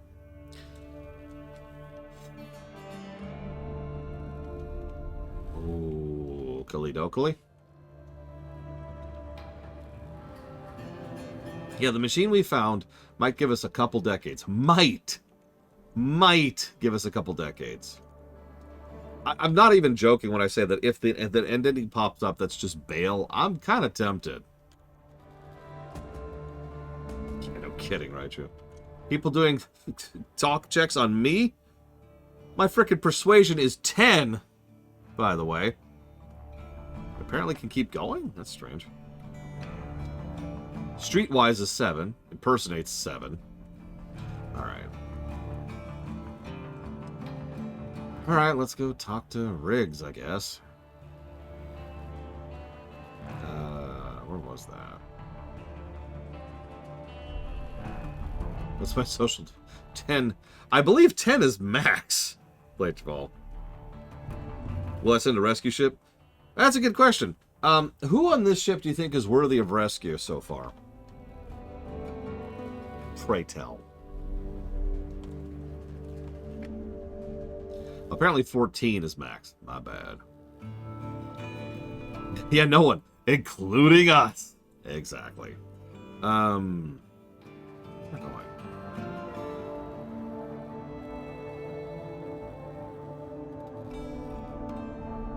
I actually don't remember. Where is this guy? Trading Plaza. There we go. There's this one bride. bright-eyed and starving orphan saying, "Please, sir." No, you know what? I'll tell you exactly who we evacuate. Every kid, every single child on the ship. The people who haven't had a chance yet to become horrible people. Come on, let's go. Let's go. I'm getting you off here.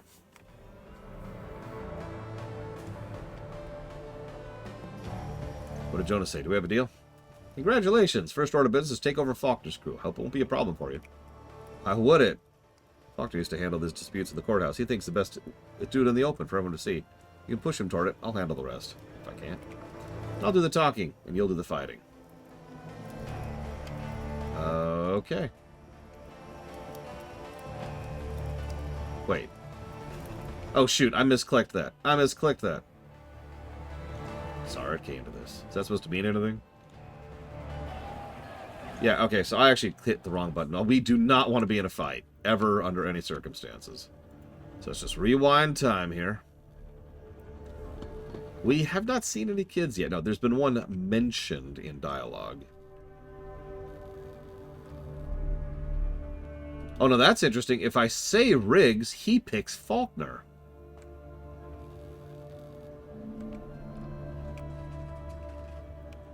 He went with the opposite of my... You asshole!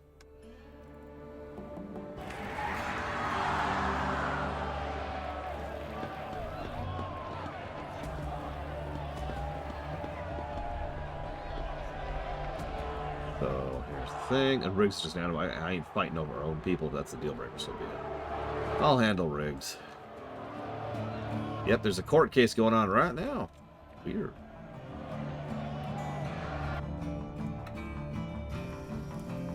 Jonas picked Faulkner. Nothing personal. So there's something more. Jonas wants you to hand your crew over to Faulkner. Jonas is not in the mood to play games. If you refuse, it'll end badly for you. As of opposite to giving Jonas everything he wants and walking away, you weren't strong enough to go against Jonas. So what choice do you have? Die over nothing or live to fight another day if fighting's what you want? No, it's bullcrap. The moment I walk away, it's over. It's already over, man. It's over when you lay there dying, wondering why you didn't walk away when you had a chance. Ah, you win. Okay, so no fight, because we talk. Born Fred! I would prefer that. So the habitat is where the Nazis, the Zealots, and the thugs are. Eternus. When was the last time I was forced to fight? Sometime in Chapter 1, and even that's just because of, like, the courthouse stuff, which you can't talk around. So it's been a minute. I have accepted a few fights, because I didn't want things to go a certain way. But I haven't been forced to fight, like, at all. Where am I going? Return to Faulkner, who is here. Someone's still doing a court battle. Invisible ghosts. Riggs is gone. His crew's yours. Let's head back to the whorehouse.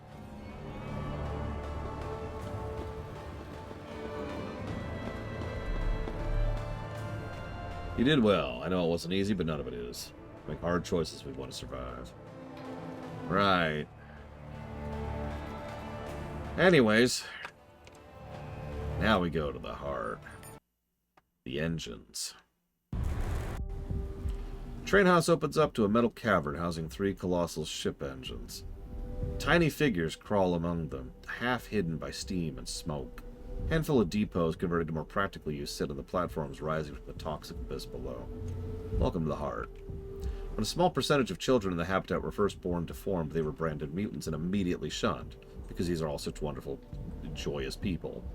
The young were abandoned, and those whose defects didn't manifest until later were driven out. With the condition of the fusion reactor degrading to dangerous levels, and the number of volunteers for jobs in areas exposed to radiation remaining few, the mutants negotiated a pact with the habitat, granting them protection from harassment and violence in exchange for maintenance of the ship.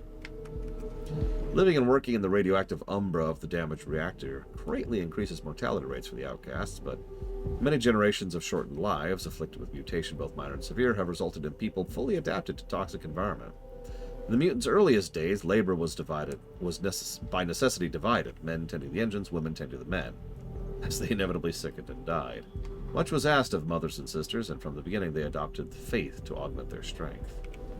Many mutants credit their people's survival on this belief that another world awaits them after death, a counter to the hellish reality of the Reactor. Due to the inescapable radiation poisoning of engine work, only the females live long enough to take on the role of elder, and to run those aspects of life beyond the perimeter of the engines. Thus did necessity evolve into tradition, and tradition into law. The females sustained the priesthood and all sacred duties of religion, while the engine work and protection of the Enclave have fallen to the males. Those who aren't happy with the arrangement leave the Enclave, becoming true outcasts, welcome in neither the habitat nor the heart. How can they live here? All shipborn must pay for the crime of having been born. The heat's unbearable. My skin feels like it's on fire. Let's be quick about it then. Radiation here's triple the safety level, if not higher. Nothing that a trip to the medbay won't fix, but it still takes some getting used to. Is it that easy to treat? Depends on the exposure. If you work the engines day after day, no treatment will save you. Even the mutants wear hazmat suits. Buildings are shielded, so if you stay indoors, well, you'll be fine, more or less. Actually, one other thing. Remember that favor I asked you about my ex-partner? Okay, what do you want me to do? Like I told you before, it's a debt that needs settling. If you want to help me settle it, we can go right now. If not, I'll handle it. Let's do it.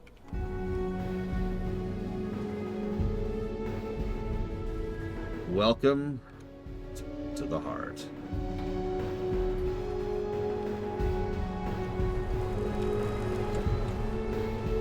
Yes, so there's no government in charge of anything, really. There's no bridge crew, technicians, engineers, or navigators. Any questions, Eternos? And yeah, the vital maintenance of propulsion and power is relegated to the mutants. Don't forget, the only reason the life support is still working is because that was relegated to the cyborgs who are centuries old. Now let's go rob some people while we're here. Robbie.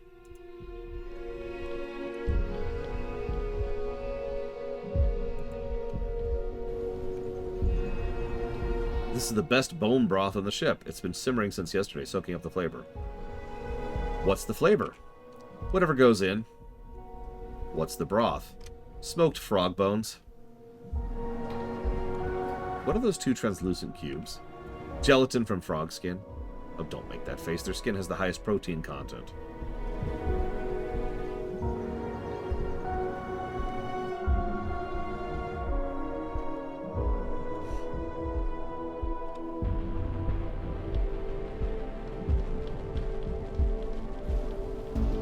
First timer? Easy to tell because you look like you need a drink, am I right? Lucky for you, you've come to the right place to get you settled in. I'd recommend Northern Lights. Every now and again, the engines overheat and an eerie glow forms around it. Locals call it Northern Light. The drinks help you see the lights even when the engines are working fine. I'm good, thanks.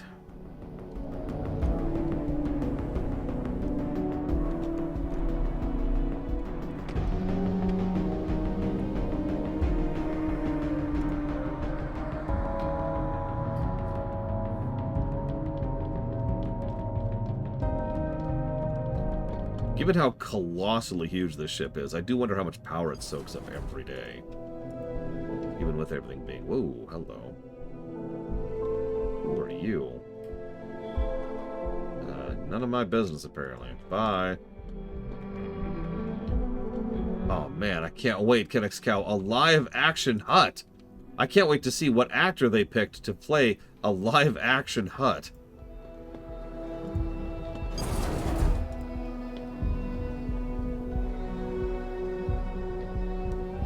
Okay, for real. Do you think they're going to go with a really advanced Hanson-style puppet, which would be awesome, or some stupid CGI thing, which would not?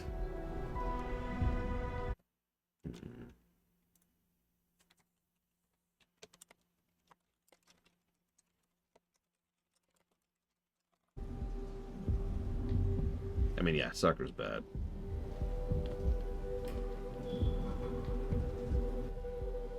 You don't sell... Ooh, hello. The Energizer. A guy in a rubber suit? Sold! I need to stop doing that to my poor chair. I would unironically, like, legitimately be happier if we had a guy in a rubber suit than another frickin' CGI thing. I'm sorry. I know I'm an old man. I'm just sick of how CGI has been slowly getting worse as they've been getting cheaper and cheaper about it over the last few years. And it's just like, guys, if you're not going to do good CGI, just don't do it. AI-generated HUD. That's even worse.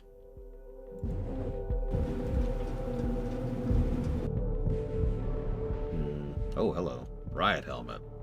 Damn, that's some resistances there. Jesus. I will buy that. It's the first thing I've bought in a while. I'll buy that too. Hang on. How's your pistol looking?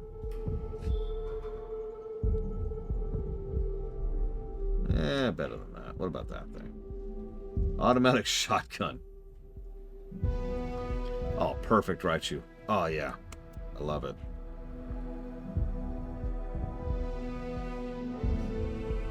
It's just frustrating to me, Eternus, because I was there for CGI to exist and then get better and better and better and better, and then worse and worse and worse and worse. It's just like, oh, okay. It's not like we don't occasionally still have good CGI, but man... Sorry. My old man talking, don't mind me. What about...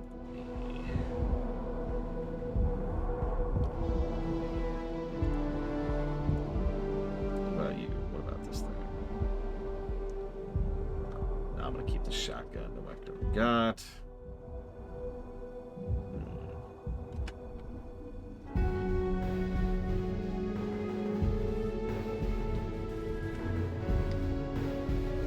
I think we're good on everything. Like, if I really wanted to, I could probably sell a fortune's worth of crap here.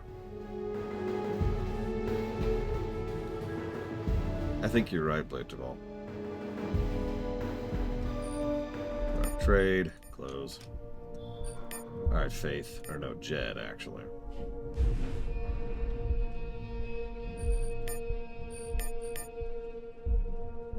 Let's see. Oh, yeah. Jed is good to go, brother.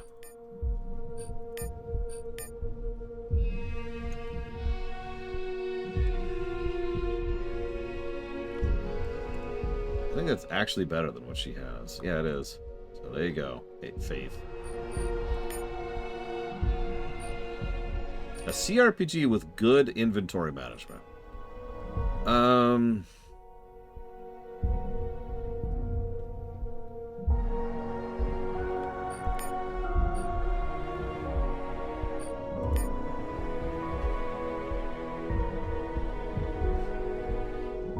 Yeah, that's what I'm debating, because like I can think of a few where it's inoffensive, but actually good?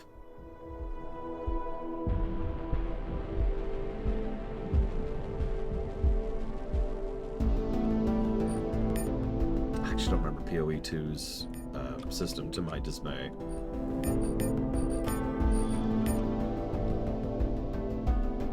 Oh, hey, they've got the Church of the Covenant here. That's great. You actually have infinite inventory here, too. It's just, you know, it is what it is. I wouldn't call WoW a CRPG, so, no.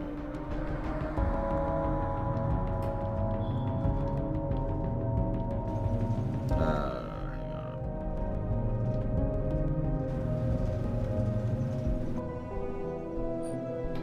Synthetic Heart. I haven't played Rogue Trader yet. I don't remember Pathfinders either.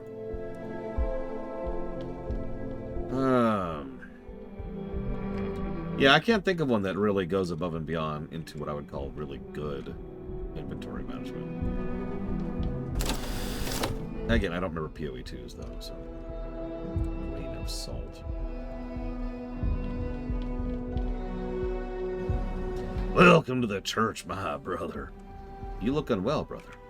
Blessed is the man who remains steadfast under trial. Do you have any trouble with the mutants? They're all God's children. I do what I can to bring them into the fold of the church. You... Okay, bye. WoW, ironically, does have a typable inventory filter. In fact, it has a smart typable inventory filter. So, for example, if I pulled this up and I typed in gun, I'd get all the guns. But if I type in blade, I would get all the bladed weapons and anything with blade in the name. Or energy would get me all the energy weapons. Or I could type shoulders. Or like a specific item type, or crafting type, or gadgets, or a specific type of gadget. Or I could type in something like dexterity, you know?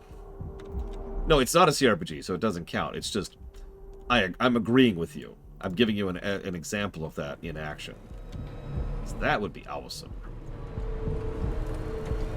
What in the world is this? Is that the mother? Oh, jeez. Okay, let's save before we go to hell. I still don't see Ishmael's warehouse. Where's Ishmael's place? A trading warehouse in the heart. What, don't you, Eternus? Okay, that doesn't look like a warehouse at all. That looks like the Temple of the Reborn.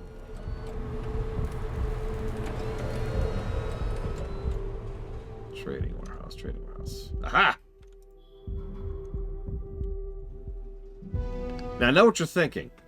How does this ship have so many angelic hologram statues? The answer's easy. Remember, people who left on this ship originally were religious fundamentalists. Thank you, Goldberg. Wow! This is it. Ishmael's Trading Co. Bastard's done well for himself. This is just a trading post last I saw. So, this Ishmael, what did he ever do to you? We were partners once, then he double-crossed me. Alright, let's talk to him. Is there a way to stealth through this? Because I'm not good in a fight.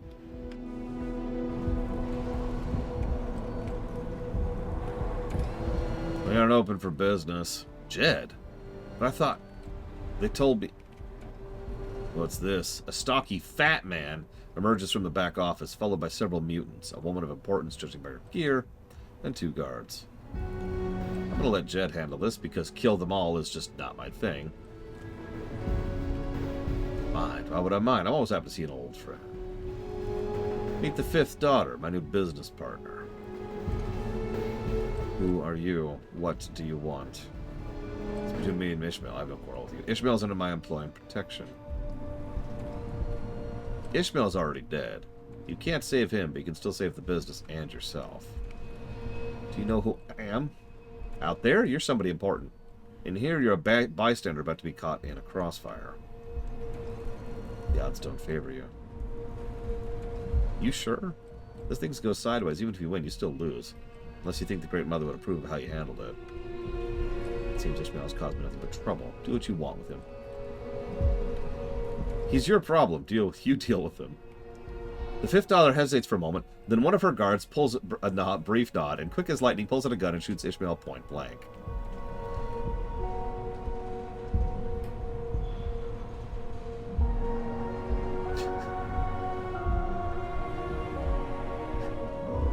I guess we talked our way through that one. And Jed's pissed, because he wanted to do the killing.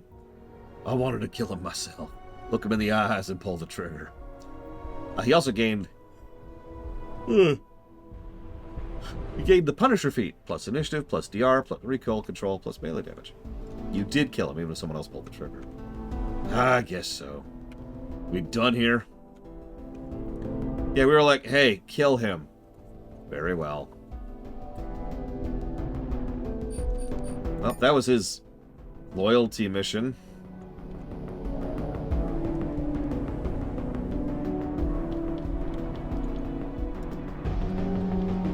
I mean, I don't know if you saw it earlier, Colgrim. Forgive me, I'm kind of brain dead right now. But earlier in the Brotherhood, all we did was walk around constantly saying we were a political officer, and nobody questioned it. No one. At any point in time. Like, I hate to keep repeating that, but that is just hysterical to me. Who are you? I'm a political officer. Oh my god, please don't kill me! Okay, so... I'm an envoy on a diplomatic mission. I have diplomatic immunity. The Great Mother is perched upon what is clearly meant to be a throne, raised high above the floor. Her face is concealed within a ceremonial helmet. When she speaks, her voice is cracked with age. Why have you come here? Protectors. Protectors? Whom have they ever protected? Certainly not our people. What is it they seek now? A fuel cell? A fuel cell? What game are you playing in here? I can see by the look in your face you don't know what you're asking for, but those who sent you should know better. I don't understand. You made that painfully clear. Was there anything else? I really do need that cell. The fate of the ship depends on it. The fate of the ship depends on the reactor and the engines, which have been in care since the mutiny. Now, be gone. Uh-huh. Okay, well, I guess we'll just leave then. Time to go steal a fuel cell. Do you know who I am? Asks the woman. An odd question, considering her face is hidden. I'm new here.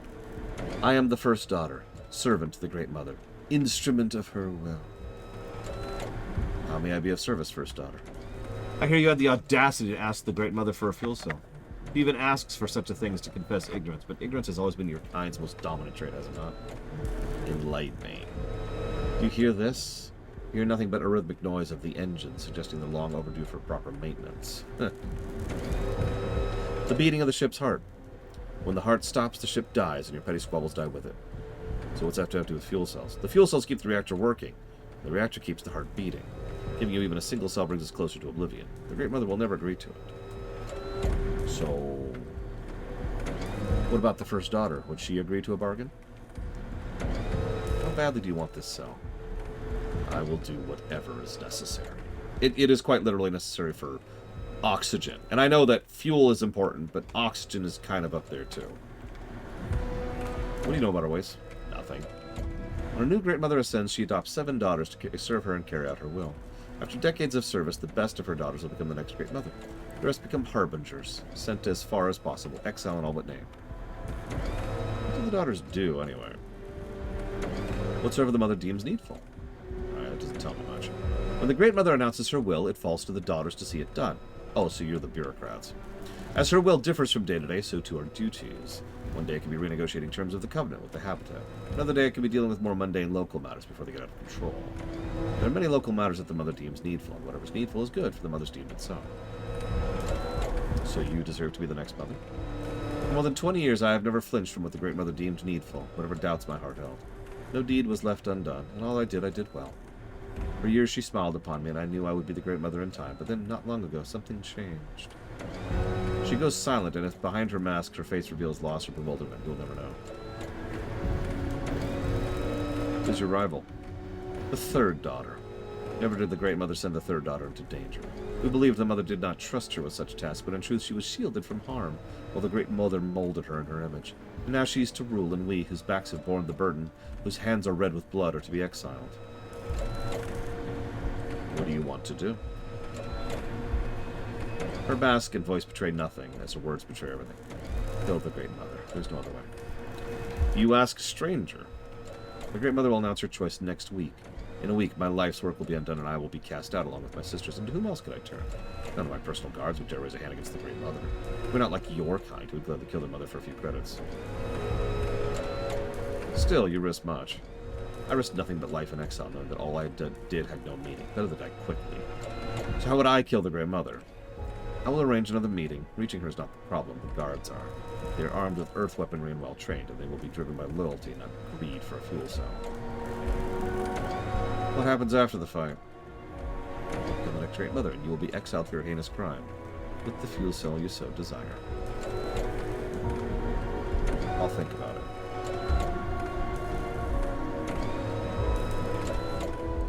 There are 2, possibly 3 ways to obtain the fuel cell, and none of them easy. Attacking the Great Mother and her guards might not be the best course of action, but if you warn her and it backfires, you'd be out of options. You can always try stealing it, which I'm probably very good at. Wherever they're keeping the fuel cells, there has to be a way in. It's easier said than done.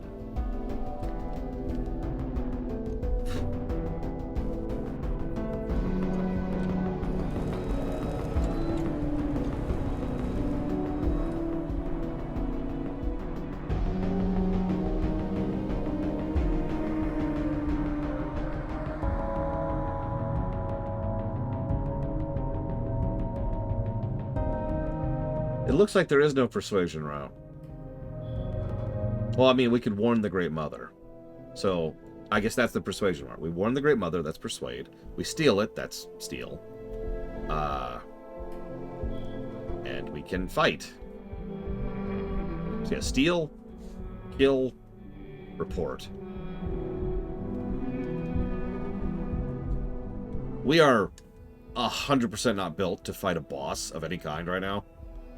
Like, never mind someone who is described in lore as being an actually difficult boss. We are built towards stealing. I know we've been talky, but actually our real spec is down here with the stealth range. If I were to guess at where it's at, it's probably up here. Or up there. So... I do think I have a stealth generator. Maybe. Hang on. Over to me. I got a lot of crap. I've got a cloaking field. Does that count?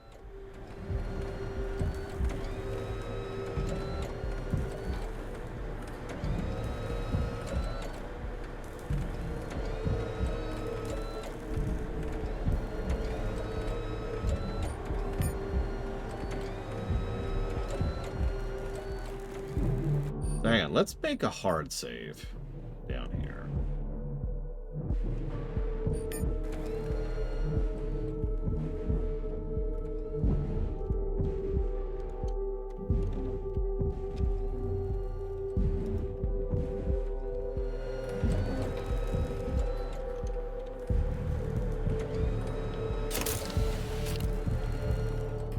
I love how doors could just interrupt pathfinding. I guess that makes sense. But it's kind of funny to think about.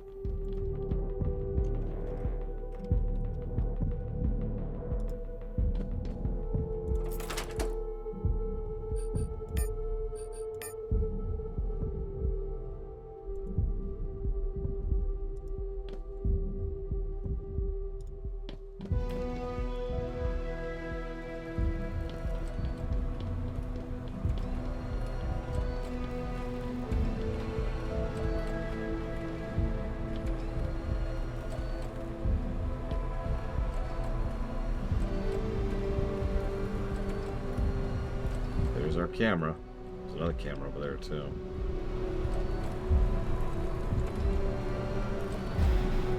So let's go and activate this thing.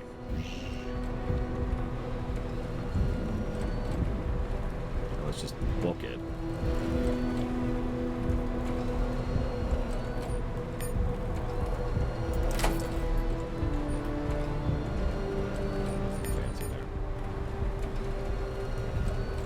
Is that it? Is that all that's over here?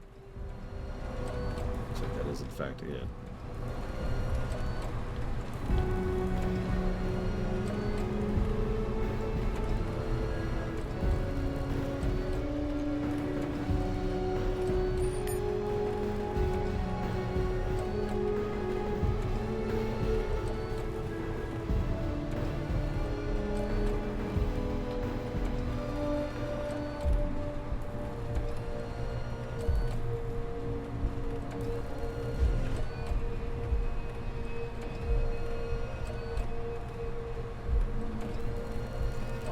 I've been looting pretty consistently. I only have one upgrade piece, which is the power cell.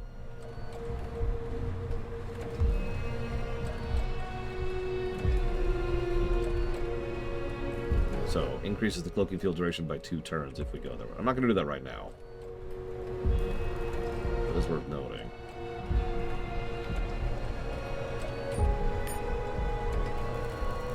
The energy shield, however.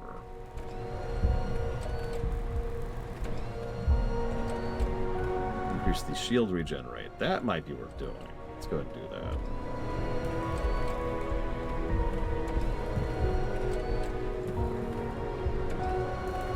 And add a battery cell. Increase the shield health.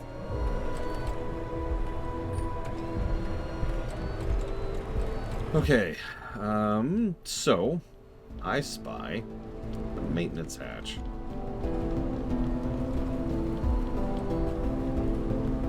Save. Sneak.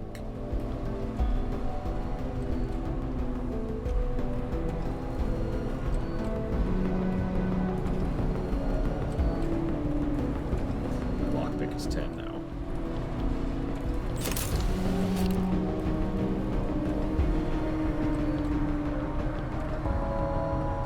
A hazmat suit. Ooh. Okay. a heavy power cell, which is a quest item, and some more energy ammo. Okay, let's see how bad of an idea this is. If you go up and get caught, you will not be able to escape. Alright, well, we've already saved.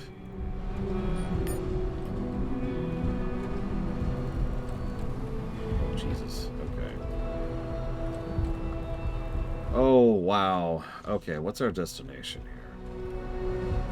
Logically, it's probably... Yeah, there it is. There's the fuel cell. Right there. It's even labeled. I don't want anything else on this map. I just want that. So, yeah, let's go ahead. Activate this. And book it.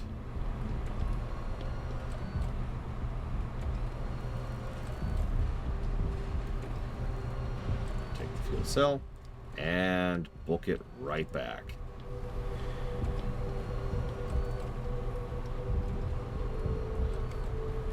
Okay. She's... I mean, we do have 10 sneak, and every sneak feat, in addition to a stealth gizmo. We're pretty much built to be invisible. So I don't mind that being as easy as that was. So, we've got the fuel cell. Let's get out of here. Back to the armory.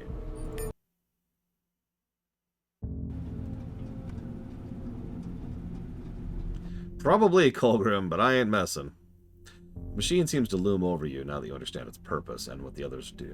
Okay, so insert fuel cell. The machine does most of the work for you, rapidly changing screens, taking you through different stages until the internal reactor is up and running. Spec diagram reappears, this time with 2 yellow flags. Machine needs a matter converter and a pre-configured molecular synthesizer. I know where I can get a matter converter. Hydroponics division had 3, one in each zone. Okay. Let's go do that. Do I have computers 9 yet? I don't. I made a hard save just a bit of hard save. Made a hard save. Hard save just a bit ago. Let's go to hydroponics, shall we?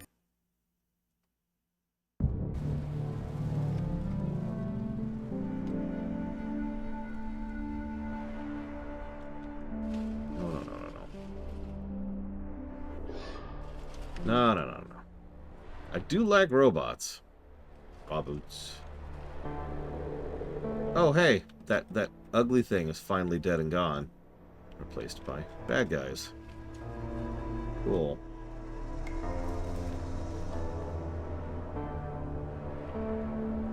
Oh, yeah, so we'll save the robots and we'll save the children.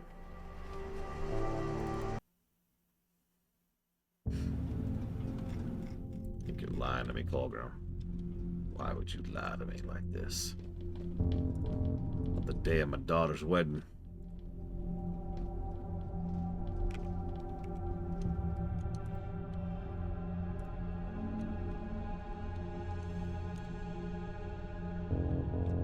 There's like nothing in here.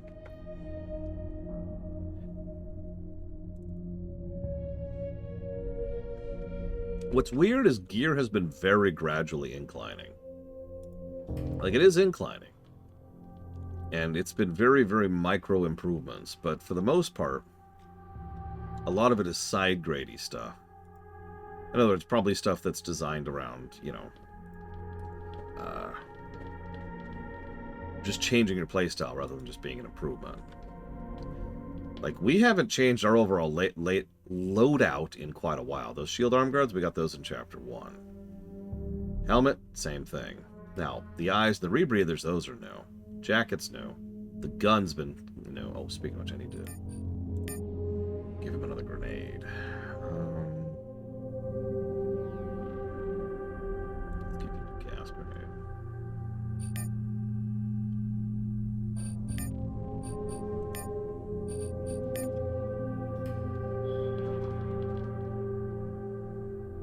That's true. I've also been avoiding combat like the plague. Very deliberately.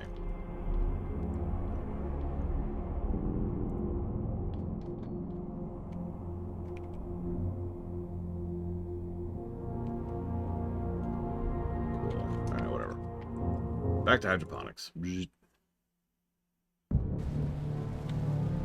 Okay.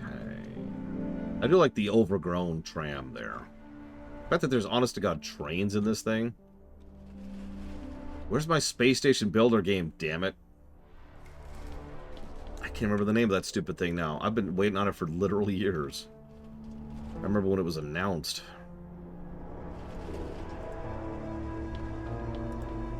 Oh, this guy.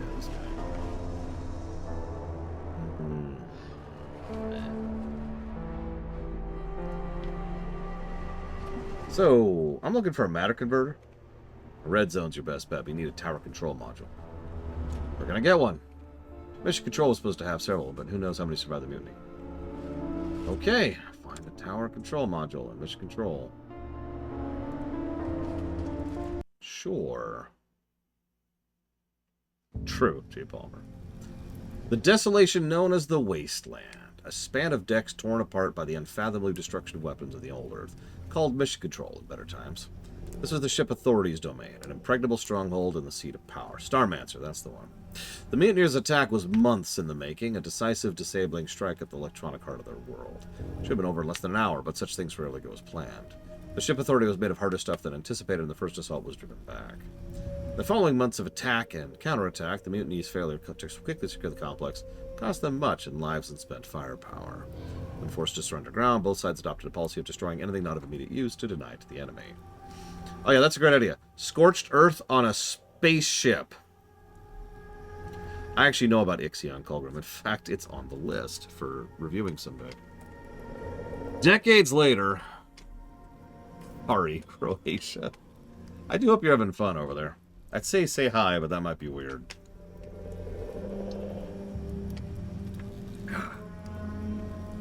Decades later, deteriorated conditions at the home began to drive explorers and treasure seekers farther and farther afield, till a lucky group wandered into the fringes of that fabled battlefield.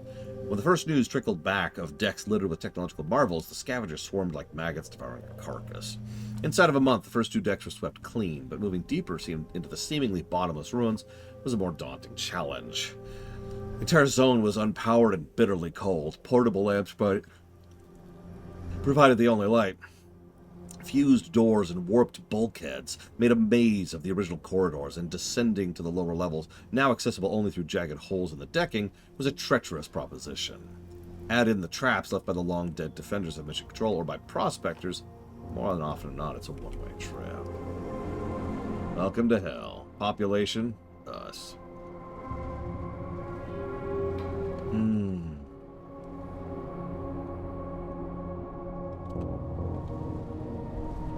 Yeah, are we sure we didn't, like, bring hell with us?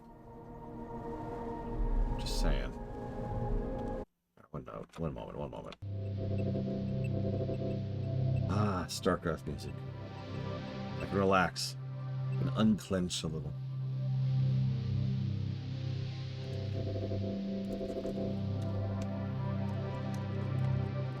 There was! They were called Ship Authority, Eternus.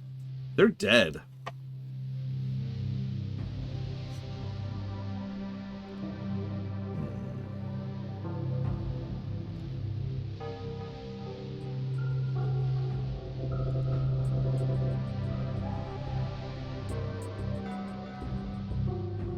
Sorry, I'm looking at my notes really quick. Forgive me.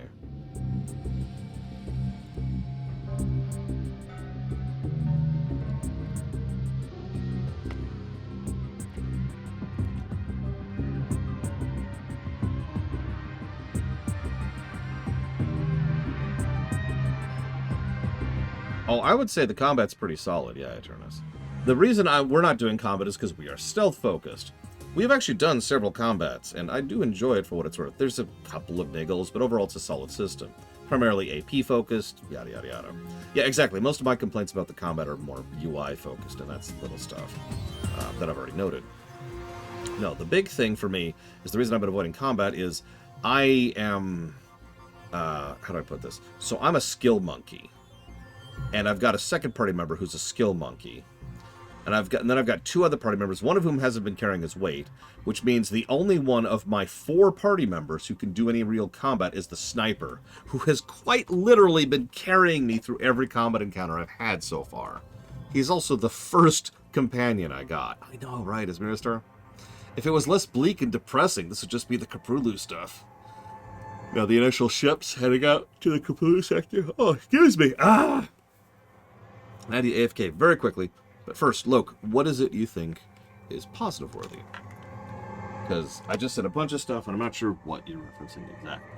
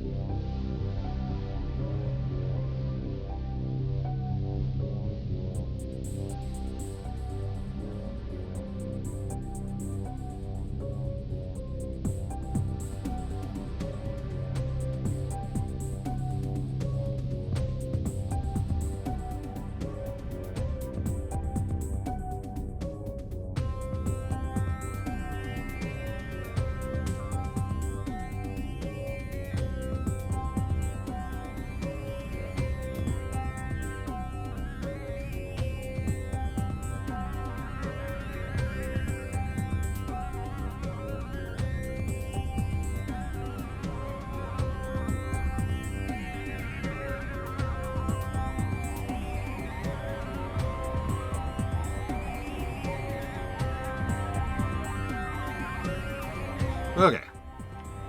Time to kill Croatia. So, back into it. Sorry, Croatia. But it's either you or the innocent puppies. There's no choice.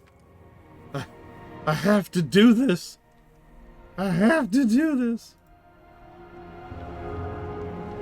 But then I killed Croatia, and it turns out the puppies died anyways. It was all for nothing. Do I try to kill myself? My gun jams. I can't kill myself. Oh, I'm buying that rope. You can always use rope. Hydroponics is like one of the first places we went to, Colton. What do you want about?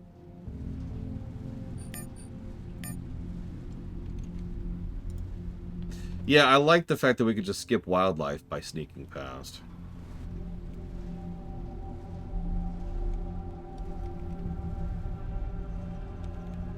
Okay.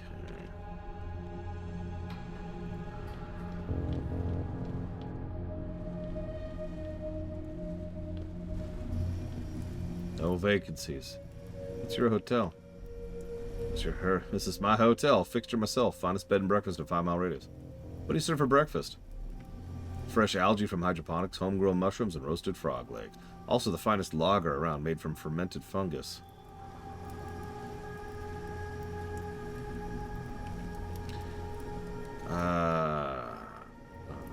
You heard about the mind worms, I assume? Yes, I've played Alpha Centauri. No hiding from them. They can sniff you out, empty your noggin faster you empty a soup bowl. There's old Bub himself, king of this dunghill. If that's not enough for you, there's plenty of two-legged predators down there. I'm sorry, what? James, come down here a minute. Man puts down his tools and walks over. He's staring straight ahead, dull as Vink. Used to be sharp as a whistle, always ready for the joke. Now he's an empty shell. Will he recover? It's been 6 months. He's no better than before.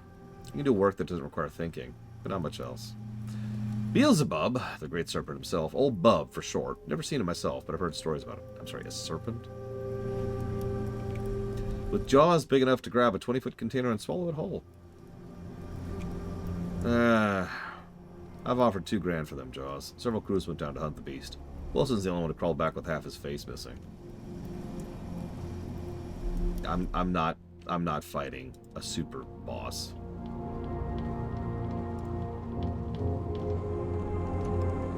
Lovely place, really. Truly. Alright, let's go find it. Now I pictured it. I thought it'd be bigger, taller. It was an admin center manned by bureaucrats who took the train to work every day on a towering fortress. Nobody knows how big this place is. Even the assembly members couldn't go below level 5. Assembly? General Assembly, like a Senate in Old Earth. You'll see it soon enough. Did the Assembly control everything then? I think it's more complicated than that. The Assembly was a front. The real show was backstage. Nothing matters now. Hard to believe this is once the most feared place on the ship. Alright. Sic semper tyrannis, thus always to tyrants.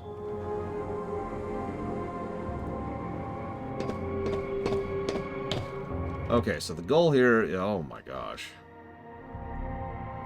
Per aspera ad astra. The goal here is to not fight anything in a place where we can't talk our way through. Cool. Let's see what we can do. Juicy, tender meatballs. And then there's the food break when just cooked. A long list of centuries-old General Assembly announcements prepared for broadcasting. The Synod recalls 14 Assembly members for failure to discharge their duties and fulfill the trust placed in the people, accept hard labor as penance, and express confidence in the disgraced public servants' willingness to redeem themselves. General Assembly unanimously calls for resolution condemning the riots and calling for unity. The public disturbance endangers the mission and threatens to undo many sacrifices endured by the great men and women of the ship. The Synod appoint 3 new Assembly members to represent districts B7, 8, and 12. These exemplary public servants have demonstrated unwavering commitment to the public service and the mission. People congratulate the new Assemblymen and wish them every success in their new duties. Oh.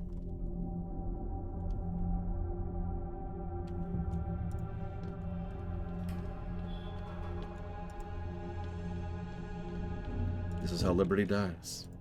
With absolutely no sound whatsoever, because they're being eaten by the mind worms! Hello? Sorry, I didn't hear you come in. Welcome to my humble abode. Of course, it wasn't always so humble. Before the mutiny, only the most powerful could set foot here. What is this place? The observation box. From here, the members of the Synod once watched the Great Assembly, like playwrights of old. I suppose that's what the General Assembly was, a great theater for the masses. I better write that down. Sorry, what's a Synod? The Council of the Mighty, the real power behind the General Assembly. Gave themselves an ecclesiastical name, but it was temporal authority they exercised. Like so much else, they were destroyed in the mutiny. And why'd they need the General Assembly? Time-honored tradition? I doubt the Pan-American Senate was any different either. Real power is always in those close to the throne.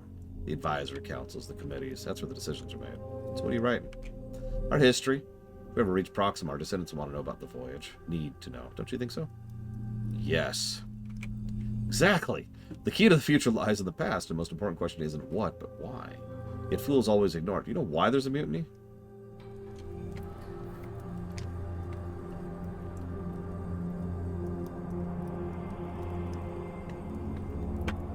Because people rarely appreciate what they have and think they could get a better deal if they help a new group of assholes use power. That would should be living in caves. Fresh meat, warm fire, what's not to like? No, my friend. It's the drive for a better deal that got us where we are today.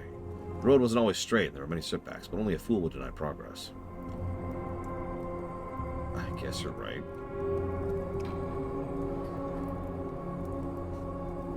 Listen, Colgrim, all I'm saying is that this game is kind of doing a number on me. I think I am going to give it the coffee tab, because as you can see by the review, it's really good.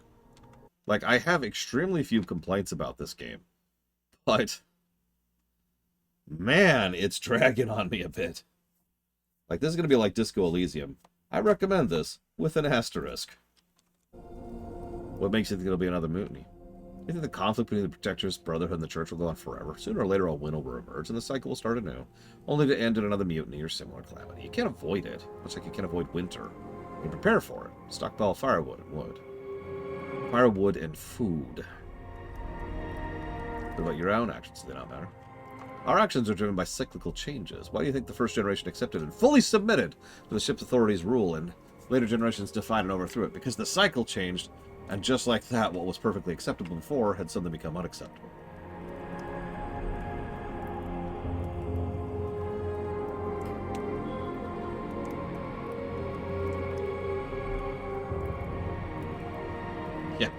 Suppression warning. If it's inevitable, there's nothing we can do about it. Winter is inevitable, but our brethren no longer starve or freeze when death comes, or freeze to death when it comes, do they? We recognize the cycle. You talk about the mutiny as if it were a cautionary tale, and an ongoing disintegration visible everywhere you look. You tell yourself the fate of the future colony somehow depends on you because you so desperately need to do something that matters, but the truth is... I know what the truth is. Fine, what do you need? There are records still waiting to be found. If we gather enough info, maybe we can piece it together. Fine.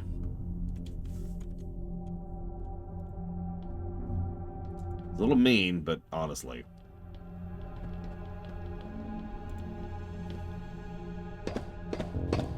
I mean, this game would be immediately improved by the inclusion of a orc just going through and going, braga, braga, braga, braga, braga, braga.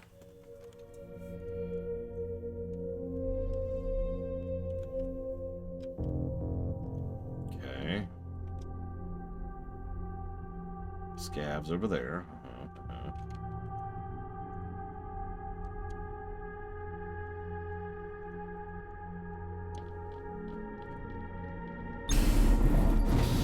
In fact, I'm going to do a test. Loud noise warning. I'm gonna risk something. We'll see if this gets copyrighted.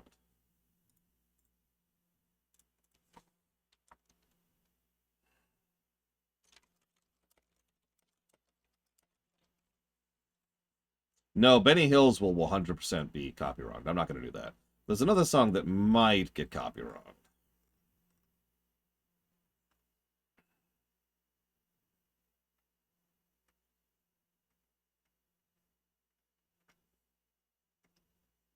If I can find it. There it is, I think.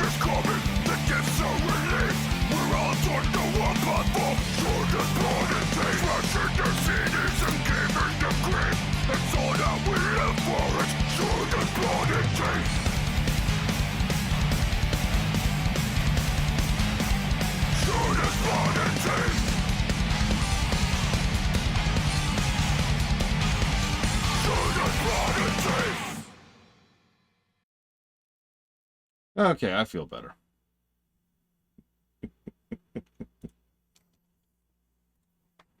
Yeah. And now we can properly do with Lord Horror, Keeper of the Gates of Loralo, Wielder of the Caloric Frame, Bringer of the Hope, Herald of the Holy Order of the Adamantine Lance, Paladin of Koto,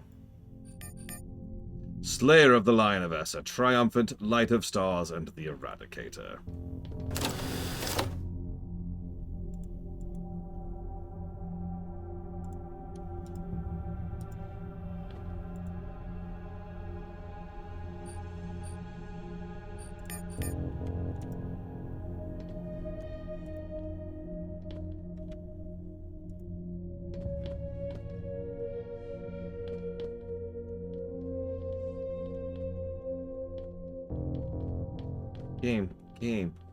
Game.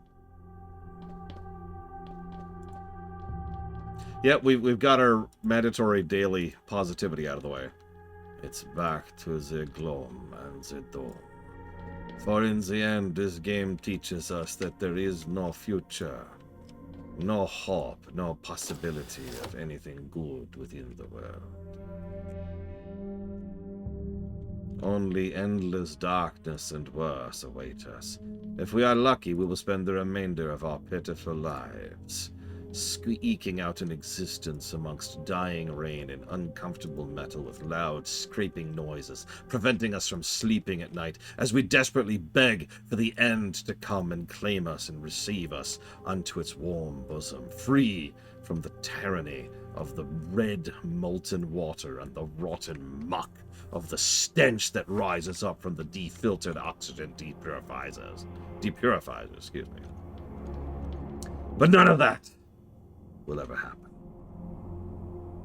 For there is no hope. Only death.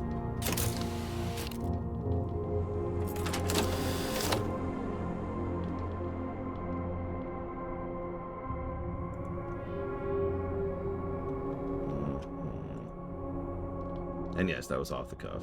Oh, there's the firefighter helmet. Well, I could go fight that mob that's not there anymore now. Okay.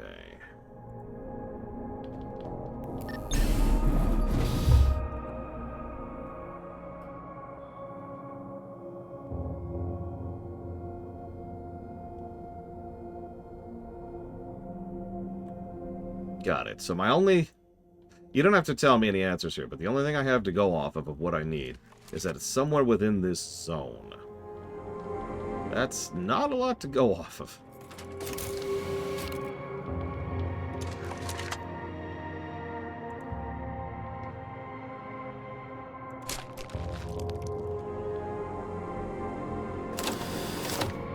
Saving more often. I really don't want to fight anything here.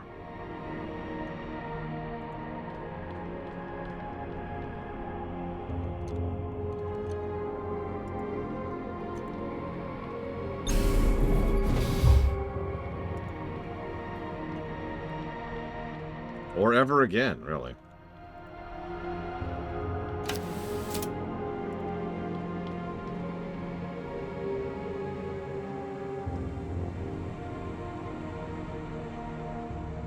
Okay.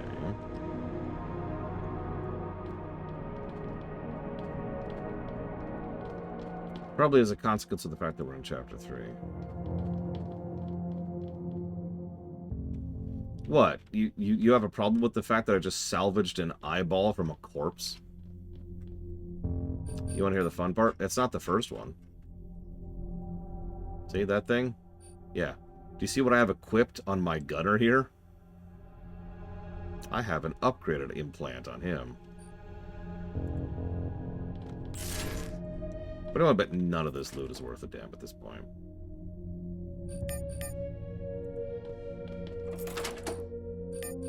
Like, I'll loot everything, just to loot everything. But, like, I doubt I need any of this anymore. I haven't even sold anything in a while. I haven't even bought anything in a while.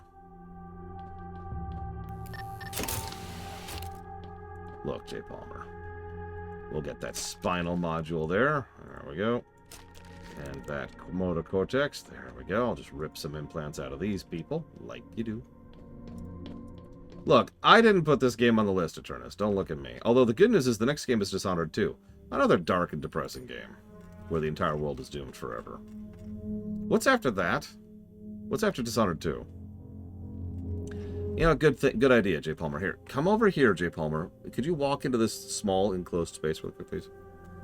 Ratchet and Clank 1. Okay, that's whatever. Space Marine 2, sure. Ace Combat 10, I don't know anything about that. The Gunk is probably not great. I don't know anything about Siphon Filter, I don't know anything about Seek and Destroy. Then we get to Kingdom Hearts 1, a game that looks bright and cheery, but really isn't. And then Final Fantasy V. And at some point in time, there's going to be Silent Hill in there. Oh, and Henry Stickmin. I have no idea if Henry Stickmin is like a really good, is bright and cheery or dark and depressing. It's probably one of the two. Okay, so I'm looking for...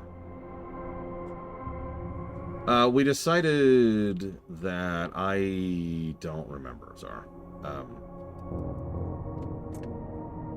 I don't remember, legitimately. I'd have to check my notes. I know, Colgrim.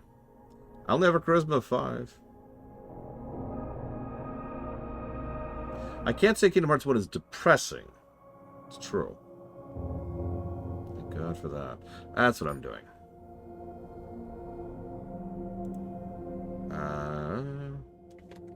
No, it wasn't this one. Although I could up the emitter. Sure, why not? And... Yep, I did just get a light reflector, so... Even better reduction in enemy detection. There we go. I should have a few of these authorization chips at this point. So what do we got? Critical strike, evasion, and armor. Yeah, hey, Jed? No, actually, I take that back. Evans. There you go. No. We'll just depression it up. The good news is Dishonored 2 has a similar thing to this game in that the gameplay is phenomenal. How is all that?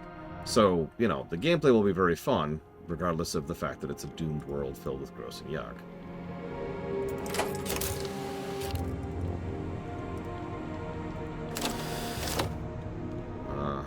That is a lot of blood in that room. I'm gonna go the other way. Okay, I'm gonna go back this way, apparently.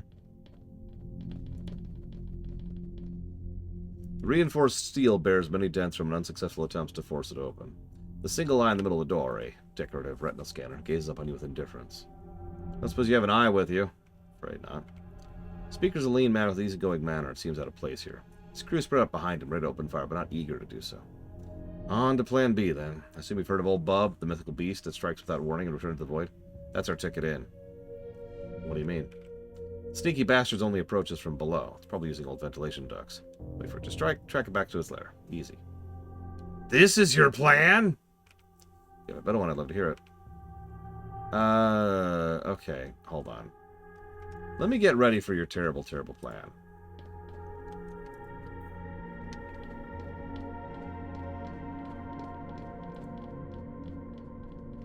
Damn. All right. Well, okay. Let's do this, I guess. A blood-spattered scav burst into the room. Old Bub took the bait, just like you said. He snapped that poor bastard in half like it was nothing. We rattled off a few rounds and went back to its hole. Let's take a look. In its hasty retreat, the wounded worm left a hole just big enough for a man to squeeze through. The slime-coated aperture used to be a narrow ventilation duct. Now it's warped and split in several places. Seems like old Bub has been stretching out his improvised burrows for many years. After you. I'm not a fighter. Could have fooled me. Now get in. Okay. You elbow your way down to the tunnel and it opens up in the ancient maintenance shaft, thick with dust. Climb down the access ladder until you reach another opening, which leads to what looks like a giant terrarium or abattoir. The chamber is littered ankle deep with the remains of old Bub's prey, years worth of bones and carcasses, or decades. Here's old Bub himself, a colossal worm with wide-set mandibles constantly open and closed, even when it's still. Regularly spaced calcific plates protect its segmented body. Judging by the scoring, scuffing, and occasional plasma burn, they serve as well as any man-made armor. That's all you'll take in before it goes to attack. Yeah, so run for the door, because I ain't fighting that. We'll get electronics experience. So, the door opens and shadow barrels into you to escape the snapping mandibles. Enraged, the worm, which we haven't even seen yet, slams into the door several times, bending it out of shape. Let's see if we can unlock the main door from this side. There's no way I'm going out the way we come in. Okay, we did it. Didn't even see the damn thing.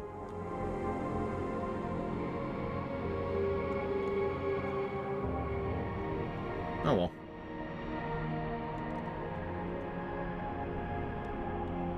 So...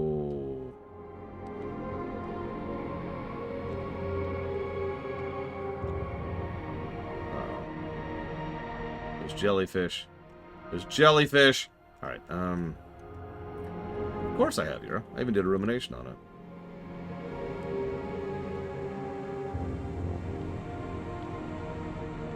Like oversized tarot cards, these elaborately decorated panels tell the visitors of their past, present, and future. The first panel, named Hell, depicts a fragment of urban life on Earth, a dark sublevel. You can't really call it a street. Lit by angry fires that have nothing left to consume. Nothing can thrive or thrive down there. Nothing but pale, malnourished castaways clinging to life with tenacity of despair. Far above is a glimpse of a railway overpass, its warning lights unable to pierce the darkness below. Higher still are the towers, reaching for the polluted sky and the silvery traffic network between them. The bottom dwellers dream of landing a factory job and taking a train to work one day. The wage slaves riding the train are driven by the fear of ending up at the bottom and the dream of making it to one of the towers. And in the towers, empty men surrounded by nothing but material possession yearns for death. Waves of despair wash over you. Jesus Christ, game. The next panel is titled Purgatory. Depicts the ship as it once was, or perhaps how it was imagined on Earth. Generations of colonists working tirelessly to create the tools the future generations would use to tame Proxima. Their lives are hard, but they're driven by purpose and hope, which is what separates them from their squalor-dwelling brethren back on Earth. Through this sacrifice, the wretched will be purified, and the children of their children will be admitted into New Eden. This is the true gift of the Founding Fathers. Finally, the last panel. You don't need to read a sign to know what this is. Homesteader's Paradise. A land. Your land, suggests the broadcaster, planting that in your head. Stretching green as far as the eye can see. Blue sky, free of smog and traffic, in your very own home. A place you will build with your own hands. The more you stare at the shifting images, the more you want it, and you can't tell for sure if it's the broadcaster selling you the dream or a deeply suppressed desire. You'll never know if things were as bleak as the panels painted, but the colonists needed to believe their ancestors made the right call. Right. Okay. I'm gonna kill myself. Is that cool? Just real quick. I'm gonna go commit suicide like Hitler, a fascist, did.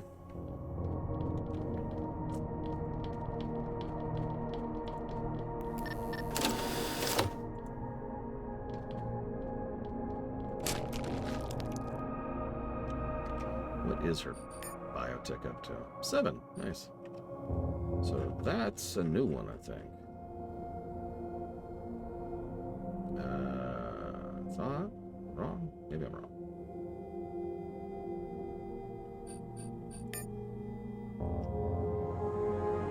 Apparently wrong. Is that just a motor cortex? No, it's a combat reflexes chip. Listen, Colgrim. Guys, Colgrim just committed suicide. It's the weirdest thing. Actually, yes, Yura. It's pretty crap, but it might be better than the alternative, so I'm going to keep trying it, assuming I ever get into combat again, which I might not.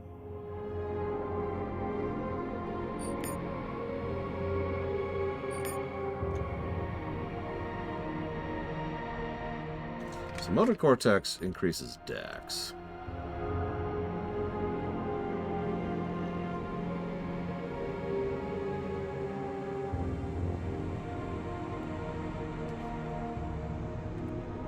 Oh, God, Brigwin. That would be just the ultimate screw you, wouldn't it? We made it. We made it. And everyone's like, hi. Who are you? Oh, humans. What's up? Yeah, we left like 20 years ago.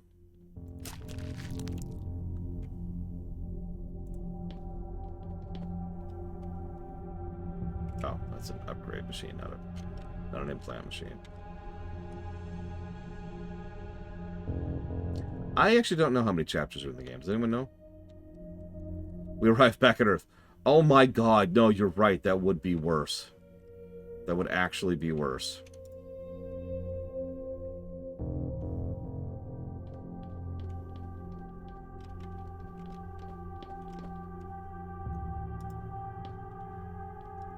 Damn, it looks like I have to go talk to those yahoos. Yeah, all that sacrifice, all that work, all that everything. I mean, J. Palmer just won, I think, Eternus. This entire time, we've actually been on a round trip just to get back to Earth. That's about as bleak as I could think of. You could also make this a vault. A really, really, really big vault. Fallout style. Shadow's men are going through the crates and drawers with the efficiency of professional looters. They don't have much here. You can take another look.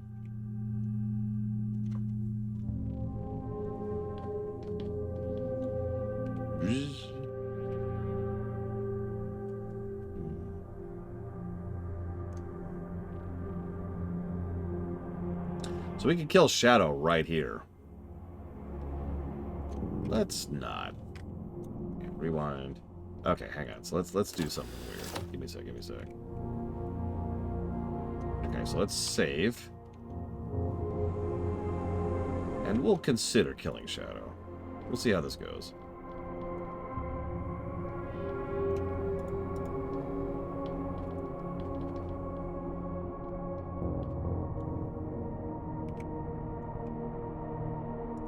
Yeah, Earth is uninhabitable, by the way. You get to Earth, you get to Earth, you can't even land on it. All that effort was always for nothing.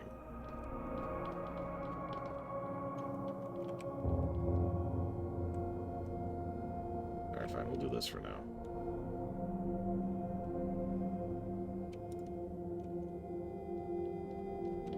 Oh, yeah. Progress.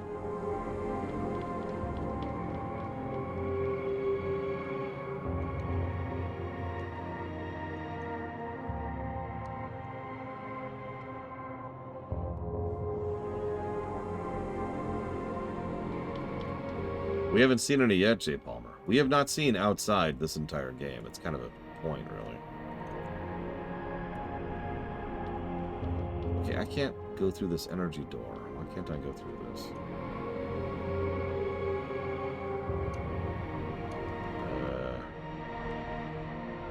But I can't!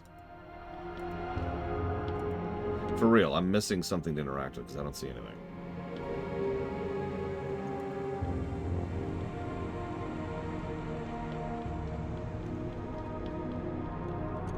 That blind? It's like, this way is blocked by an energy door. That way is blocked by an energy door. Shadow's over here.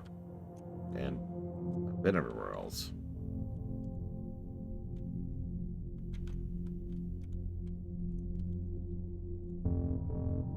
Over here, I guess we can go watch the promo.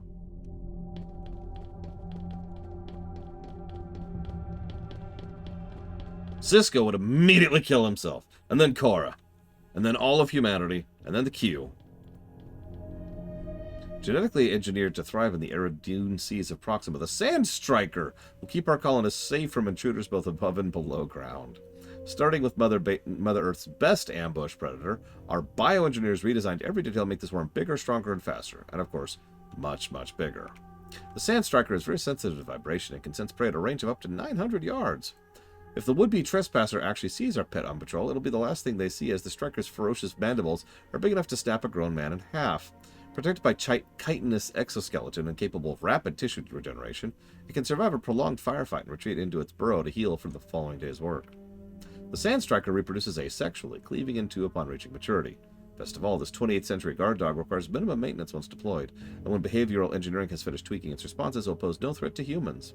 Soon enough, your children will be in the yard playing fetch with our scrappy guardians. But for now, please admire this magnificent specimen only from a safe distance and under controlled conditions.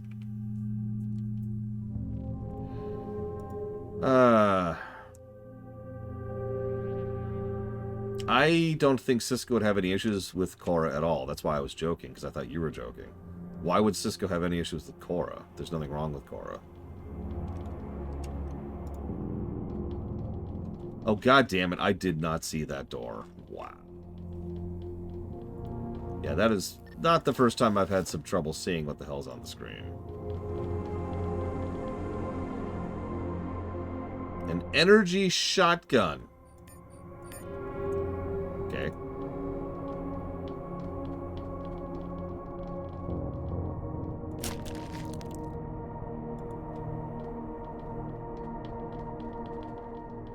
Establishing a foothold on New Eden won't be easy.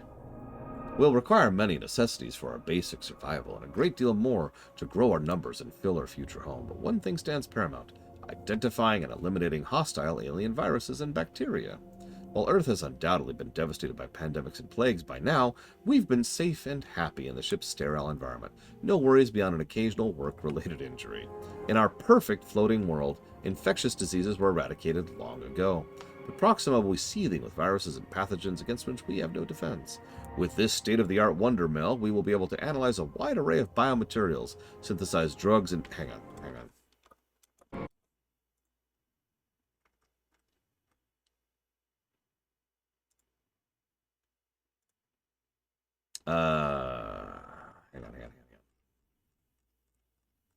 I can't actually play the song I want to because it's copyrighted, so just work with me here.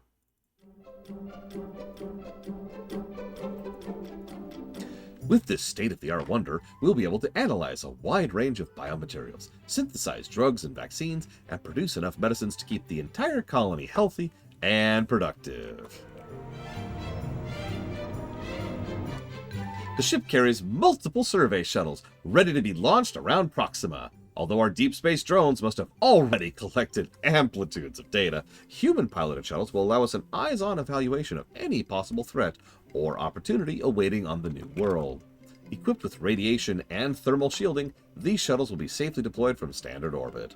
Once a shuttle enters the lower stratosphere, it can stay airborne for up to 12 hours, giving us a bird's-eye view of the proposed landing zones and the surrounding regions. We're not going to land on our first approach or go in blind, not after a voyage this long. Of course, there's no way to land a ship this size at all, but you already knew that, don't you, citizen? Our engineers will disengage each section of the ship and safely guide them to the surface one by one. The habitat containing our most precious resource, the lifeblood of Terra, will be the last to land. Then we will claim this world as our own.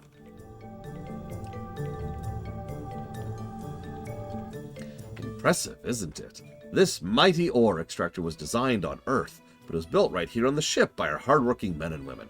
Named for the ancient Roman god of the forge and metalworking, Vulcan will create the tools we need to create a thriving paradise on New Eden. Vulcan's powerful extractor can process up to 5 million tons of raw ore per year. Ore will be processed on site, the dross separated and removed, and high-grade metal concentrate deposited into the built-in smelter for refining. Our little friend here will turn sand and rock into much-needed iron, copper, nickel, platinum, and even gold. Our sacrifices today will pay off tenfold tomorrow.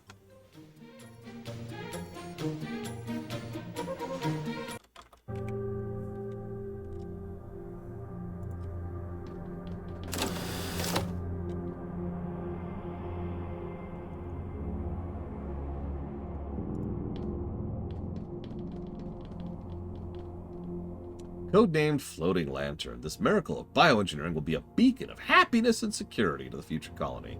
Imagine the night sky lit up by hundreds of these floaters hovering high above your homes and fields. Although we shall never see it, the children of our children will look up at the Proximian sky and smile in gratitude for our hard work and dedication. And that's what this mission is all about. But function comes before form, and our floating lanterns can do much more than put a smile on a colonist's face. They will plant the fear of God, quite literally, into the minds of any who wish us harm. At this stage of development, fear is the only emotion we're able to broadcast. I'm sorry, what? But as a test case, it works perfectly. In the future, the lanterns will broadcast any emotion on demand. One day, the children of the New World will frolic and play beneath the lantern's warm and soothing glow, keeping them safe anywhere in Proxima. You have built psychic projectors of fear.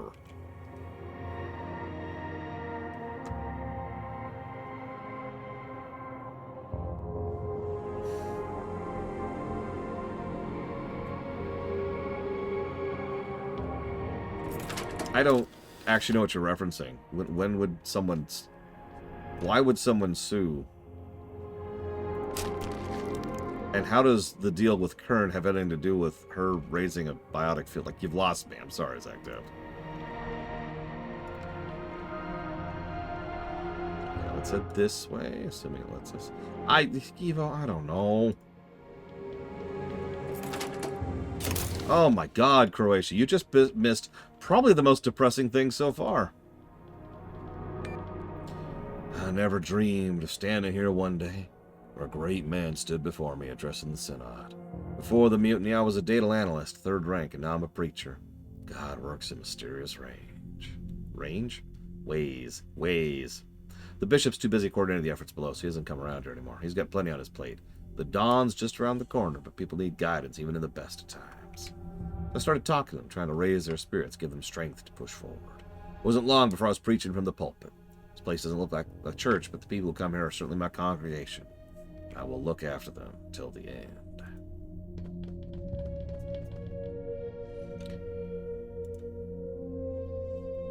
Aw.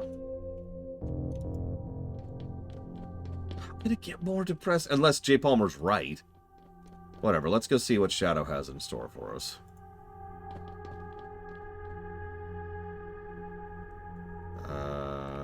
Hi, Shadow. That's far enough. I think it's time we went our separate ways. Whatever's left here is yours. The lower level's ours. The turrets are dead. You can drop the act. Well, that was you? I guess I hope to handle it amicably. I guess I'll have to do it the hard way. Whatever's down there isn't worth dying for. So walk away and live. Plenty of salvage for you. If you really thought you had the upper hand, we wouldn't be talking, so either draw or get out of my way. Alright, I can see you're in a hurry. We'll let you go first. Thank you. As amusing as it would have been to kill all of them here. Yeah, let's just get on with this.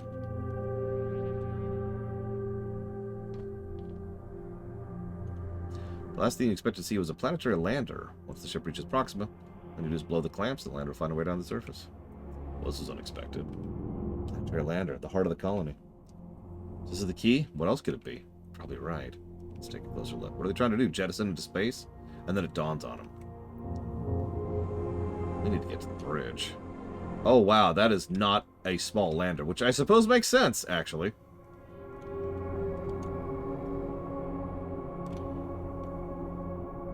I suppose I can't argue about the sense-makery. I think I'll go ahead and commit to not murdering him with the turrets. And it's not really murder. I mean, he was literally trying to kill me.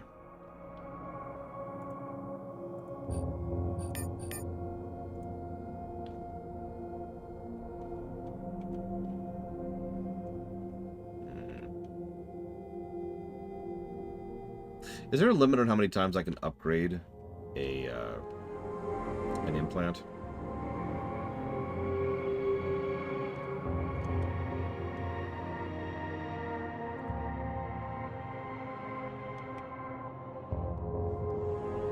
Have a motor cortex, boss.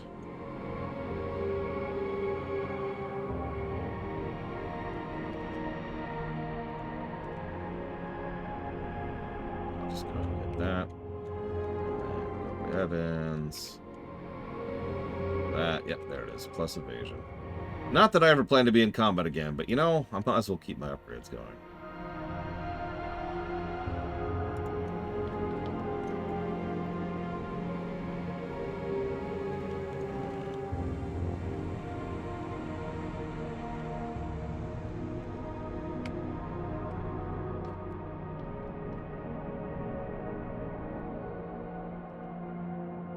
Okay, let's open the door.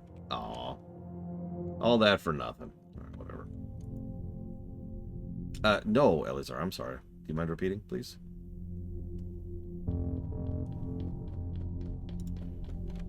I mean, the guy who sued Cora, by all accounts, was kind of out of line. Just saying.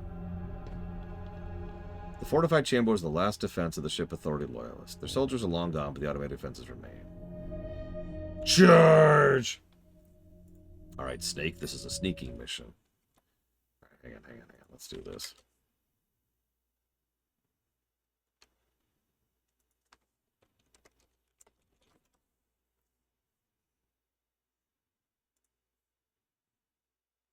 I think it's this one.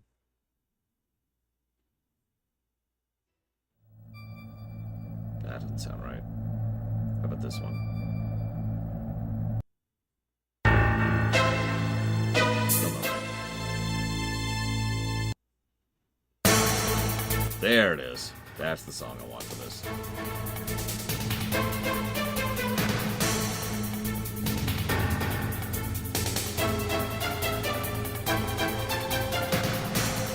Honestly, I'm just going to activate the cloaking field, because, like, I'm not messing with that nonsense. Let's just get out of here. Yeah, let's just... Oh, whoops, I need to go back to the console. There we go. Fine, go to the console.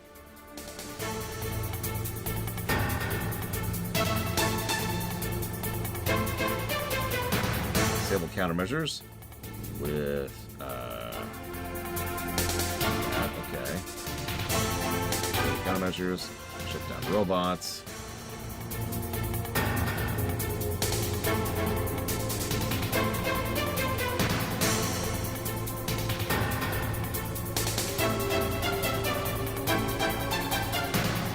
But it's just some gas. We can deal with some gas. As opposed to deadly robots, which would kill us horribly. Oh, okay, we did it. Whew.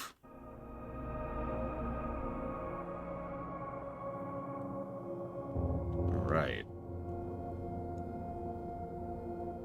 Well, I don't know all the details, but, like, if she accidentally threw up a force field because he startled her... Like, if I accidentally trip you, you don't really have the legal right to sue me. Especially if you provoked it, you know? No, I understand that you have your own version of German for victim. I don't blame you.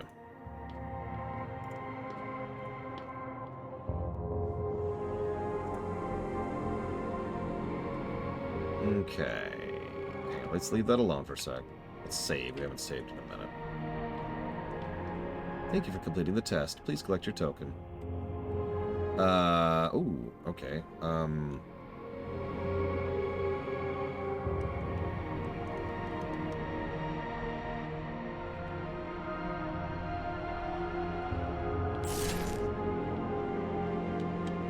That is a Computers 10 check. We have Computers 10! Ooh, Mark 3s. Mark III cloaking pieces, too.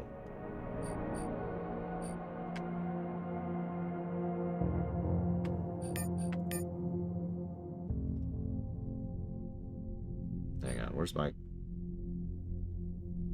cloaking device? There it is. Yep, I'll take that Mark III. Thank you. Also put on the power cell while we're here. And... Yep. Mark III there. We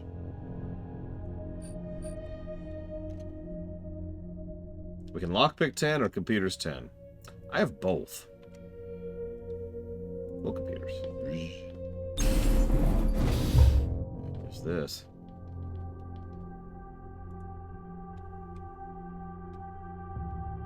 What armor did we just get? Combat Mark II armor.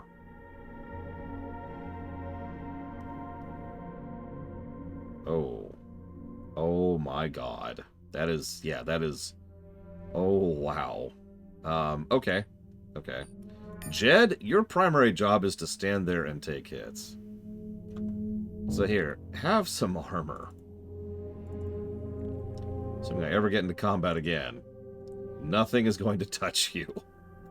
His AC, his DR is up to 14 across the board for every damage type. Yeah.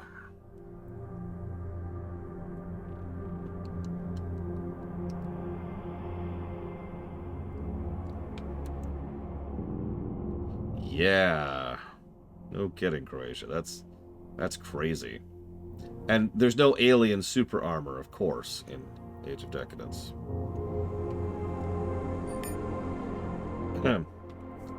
No, I would say that's 100% on him, Zach Taft. Oh my god. That's an energy dagger. an energy mace, an energy submachine gun, an energy pistol, an energy rifle, and an energy shotgun.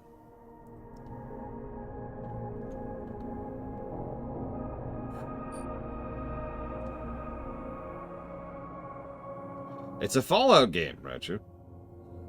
What's funny is I probably will never use any of this, but just in case. So, hey, Jed. Yeah, I want you to have, like, an optional energy shotgun here, in case we ever really need to kill something. Hey, Faith, I want you to have this energy pistol, in case we ever really need to kill something. Hey, Evans, I got an energy rifle for you. Another energy rifle, excuse me. Which I want you to have, in case we ever need to kill something. Thanks, appreciate you.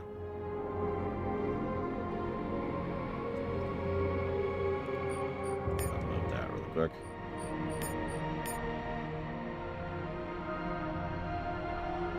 We also have that dagger. I'm tempted to get that dagger myself. It takes ammo, but, like, that thing is crazy. It's still only 5 AP.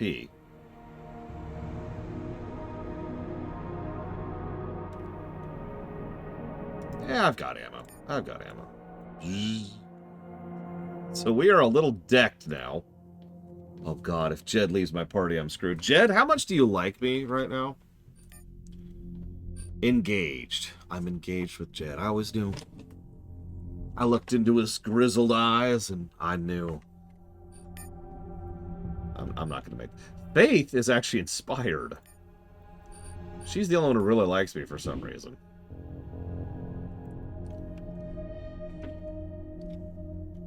Okay, so, now that we are kitted...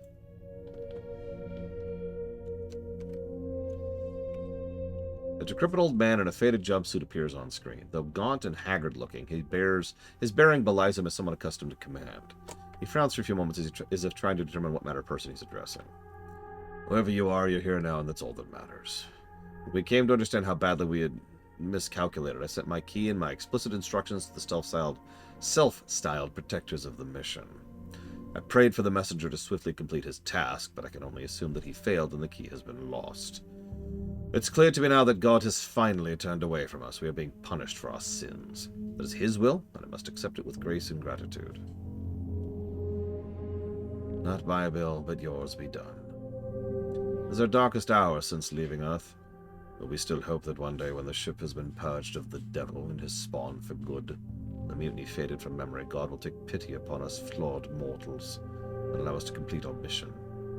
So if you're watching this recording, then my humble prediction has come to pass and the ship has arrived at the New World.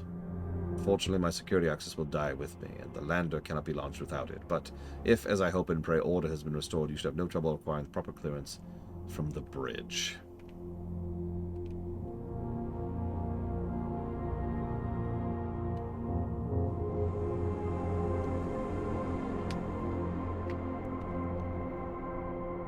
Create, Evo. Although there are some prefabs.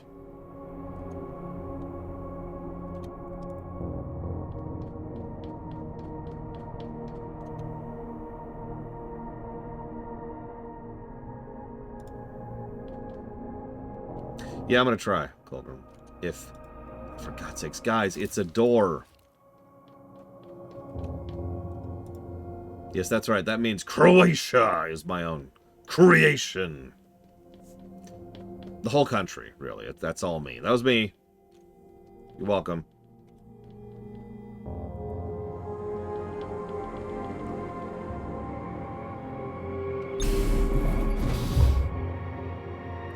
You step inside a sophisticated control room, windowless and perfectly round. A single occupant, whom the decades have turned into a mummified corpse, sits stiffly at the console. Let the Founding Fathers' plans come to fruition, this will be the administrative center of the thriving colony, controlling everyday detail of operation, from mining and agriculture to light and air conditioning.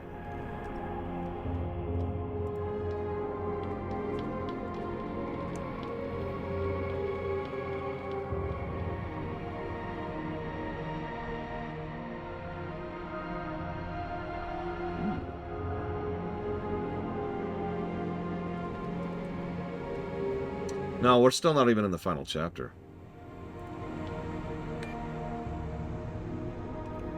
And so it ends, another great undertaking of men brought down by the petty squabbles and selfishness. Yes, we asked much of our people. Perhaps we did push them too far in our zeal, for such is the burden of the shepherd. But never would I imagine our peaceful flock would turn into rabid wolves, howling for our blood outside these doors. No matter, the shields still hold, and we're safe down here. Had the mutineers struck earlier, the consequences would have been disastrous, but we're almost there. Less than 12 years separate us from Proxima. This is a message that's a century old. Where are we?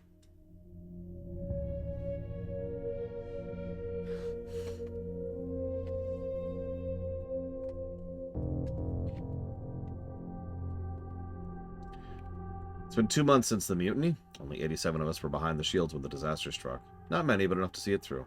If even 59 of them will be too old when we land, the rest will still be in their prime. 28 souls to start a new world. 20 more than Noah had. It'll be enough. I remember when I saw Admin Center for the first time. I was still young then, capable enough to ascend to the Synod, skeptical of my ignorance of the human condition. I didn't understand back then why it was necessary, but I do understand now and bow before the wisdom and foresight of the Founding Fathers. They hoped for the best but feared the worst, rightfully so, and prepared for it. All we must do now is execute the plan laid out for us centuries in advance. Yesterday we celebrated our first year here. It filled my heart with joy to see so many happy faces. It seems the disaster has brought us closer together, and the common cause united us into family. There's much to do in keeping everyone busy with the best medicine for the horrors we witnessed. The lander was thoroughly inspected and tested, especially the thermal shielding and thrusters. The ride might be bumpy due to the extra weight, but we'll land safely, of that I'm certain.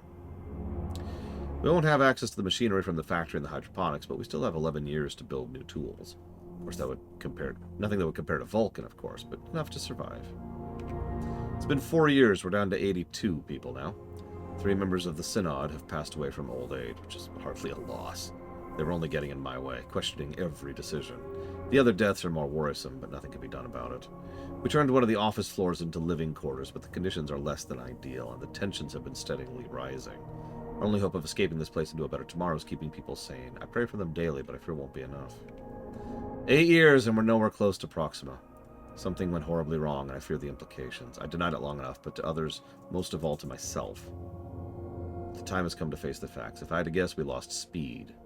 The engines must have been damaged, so we've been crawling rather than flying full speed.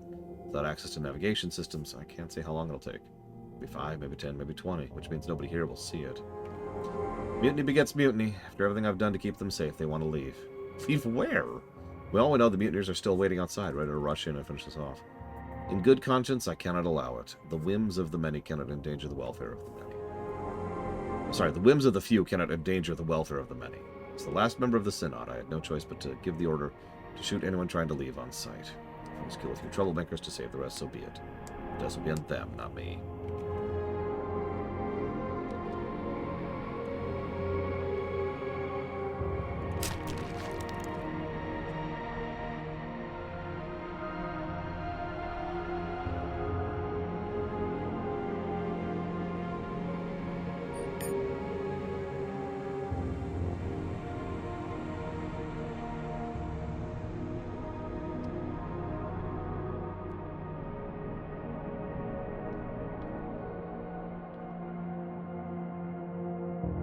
Okay, well that's all horrific.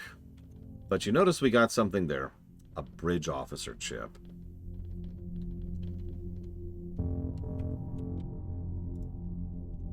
Let's, install that, like, right now.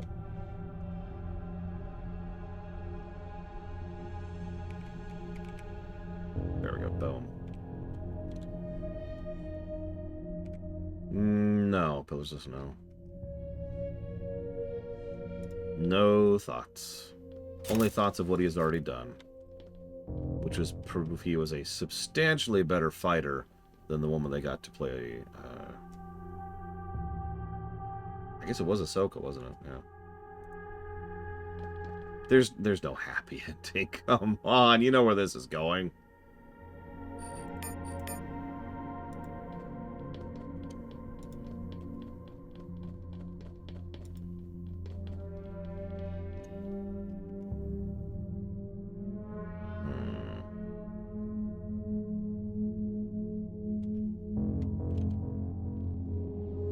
I'd probably send her... I'd do the former, Zactaft. Holodecks are nice, but they are ultimately contained and artificial environments.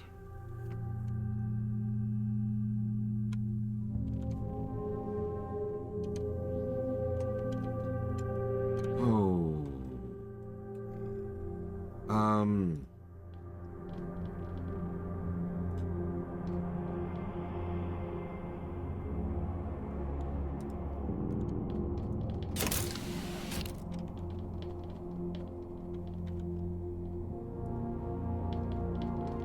See, the interesting thing, Colgrim, is I haven't actually gotten an answer to my own question. But the question is still sitting there, prompted. Where are we? We need to find the bridge, is actually what we need to do. We should have access now that we have the bridge officer chip. Can I fast travel from here? I can. Exactly, Zactaft. And you need to have some kind of real danger in order to see what kind of a person can deal with it. This is a military, Zactaft.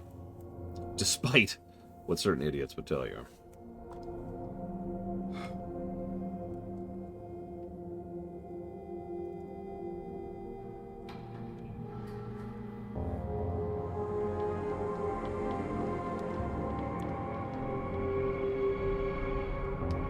See, that's what I'm wondering, Raichu, because the second thing is what I'm most worried about.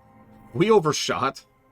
They were saying it would take another 20 years or so under the estimations. And once again, that was a century ago. Less than, it was like 80 years ago, but still. So, did we massively overshoot? On the command center. I have to see it myself. Okay. Sure. So this is where it ended. More questions instead of answers.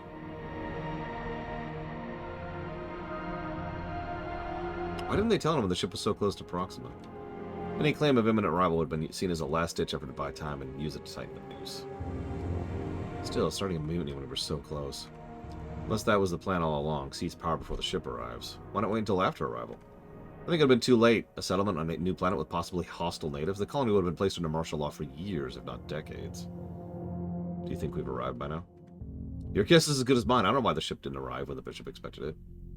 So what's the plan? I assume it would have been to put the best negotiating position. Wait out the mutiny on the surface, then initiate landing sequence. Could they control the ship from the surface? I'd be surprised if they couldn't. Okay. Cool. Remastered PC version, I believe. Was it no? Yeah. Yes, commit. Confirm. If that's the version that's on the Switch. Which I'm pretty sure it is.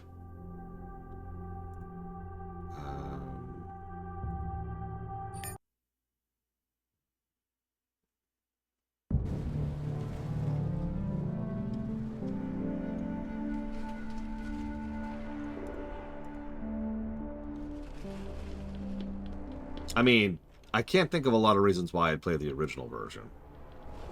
Which is why your question kind of threw me a little bit. So look what I found! A tower control module. Let's hope it's working, because it's your only chance to get that matter converter you mentioned. I've got something for you. Hey, it's a Power Cell Mark III. Nice. Security module gives you control over the tower in the yellow zone, connecting to the red zone. Passage is sealed to avoid contamination, but you should be able to open it. Okay, I'll be right up.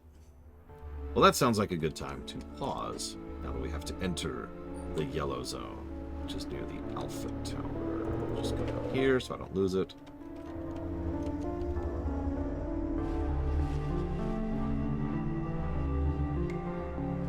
I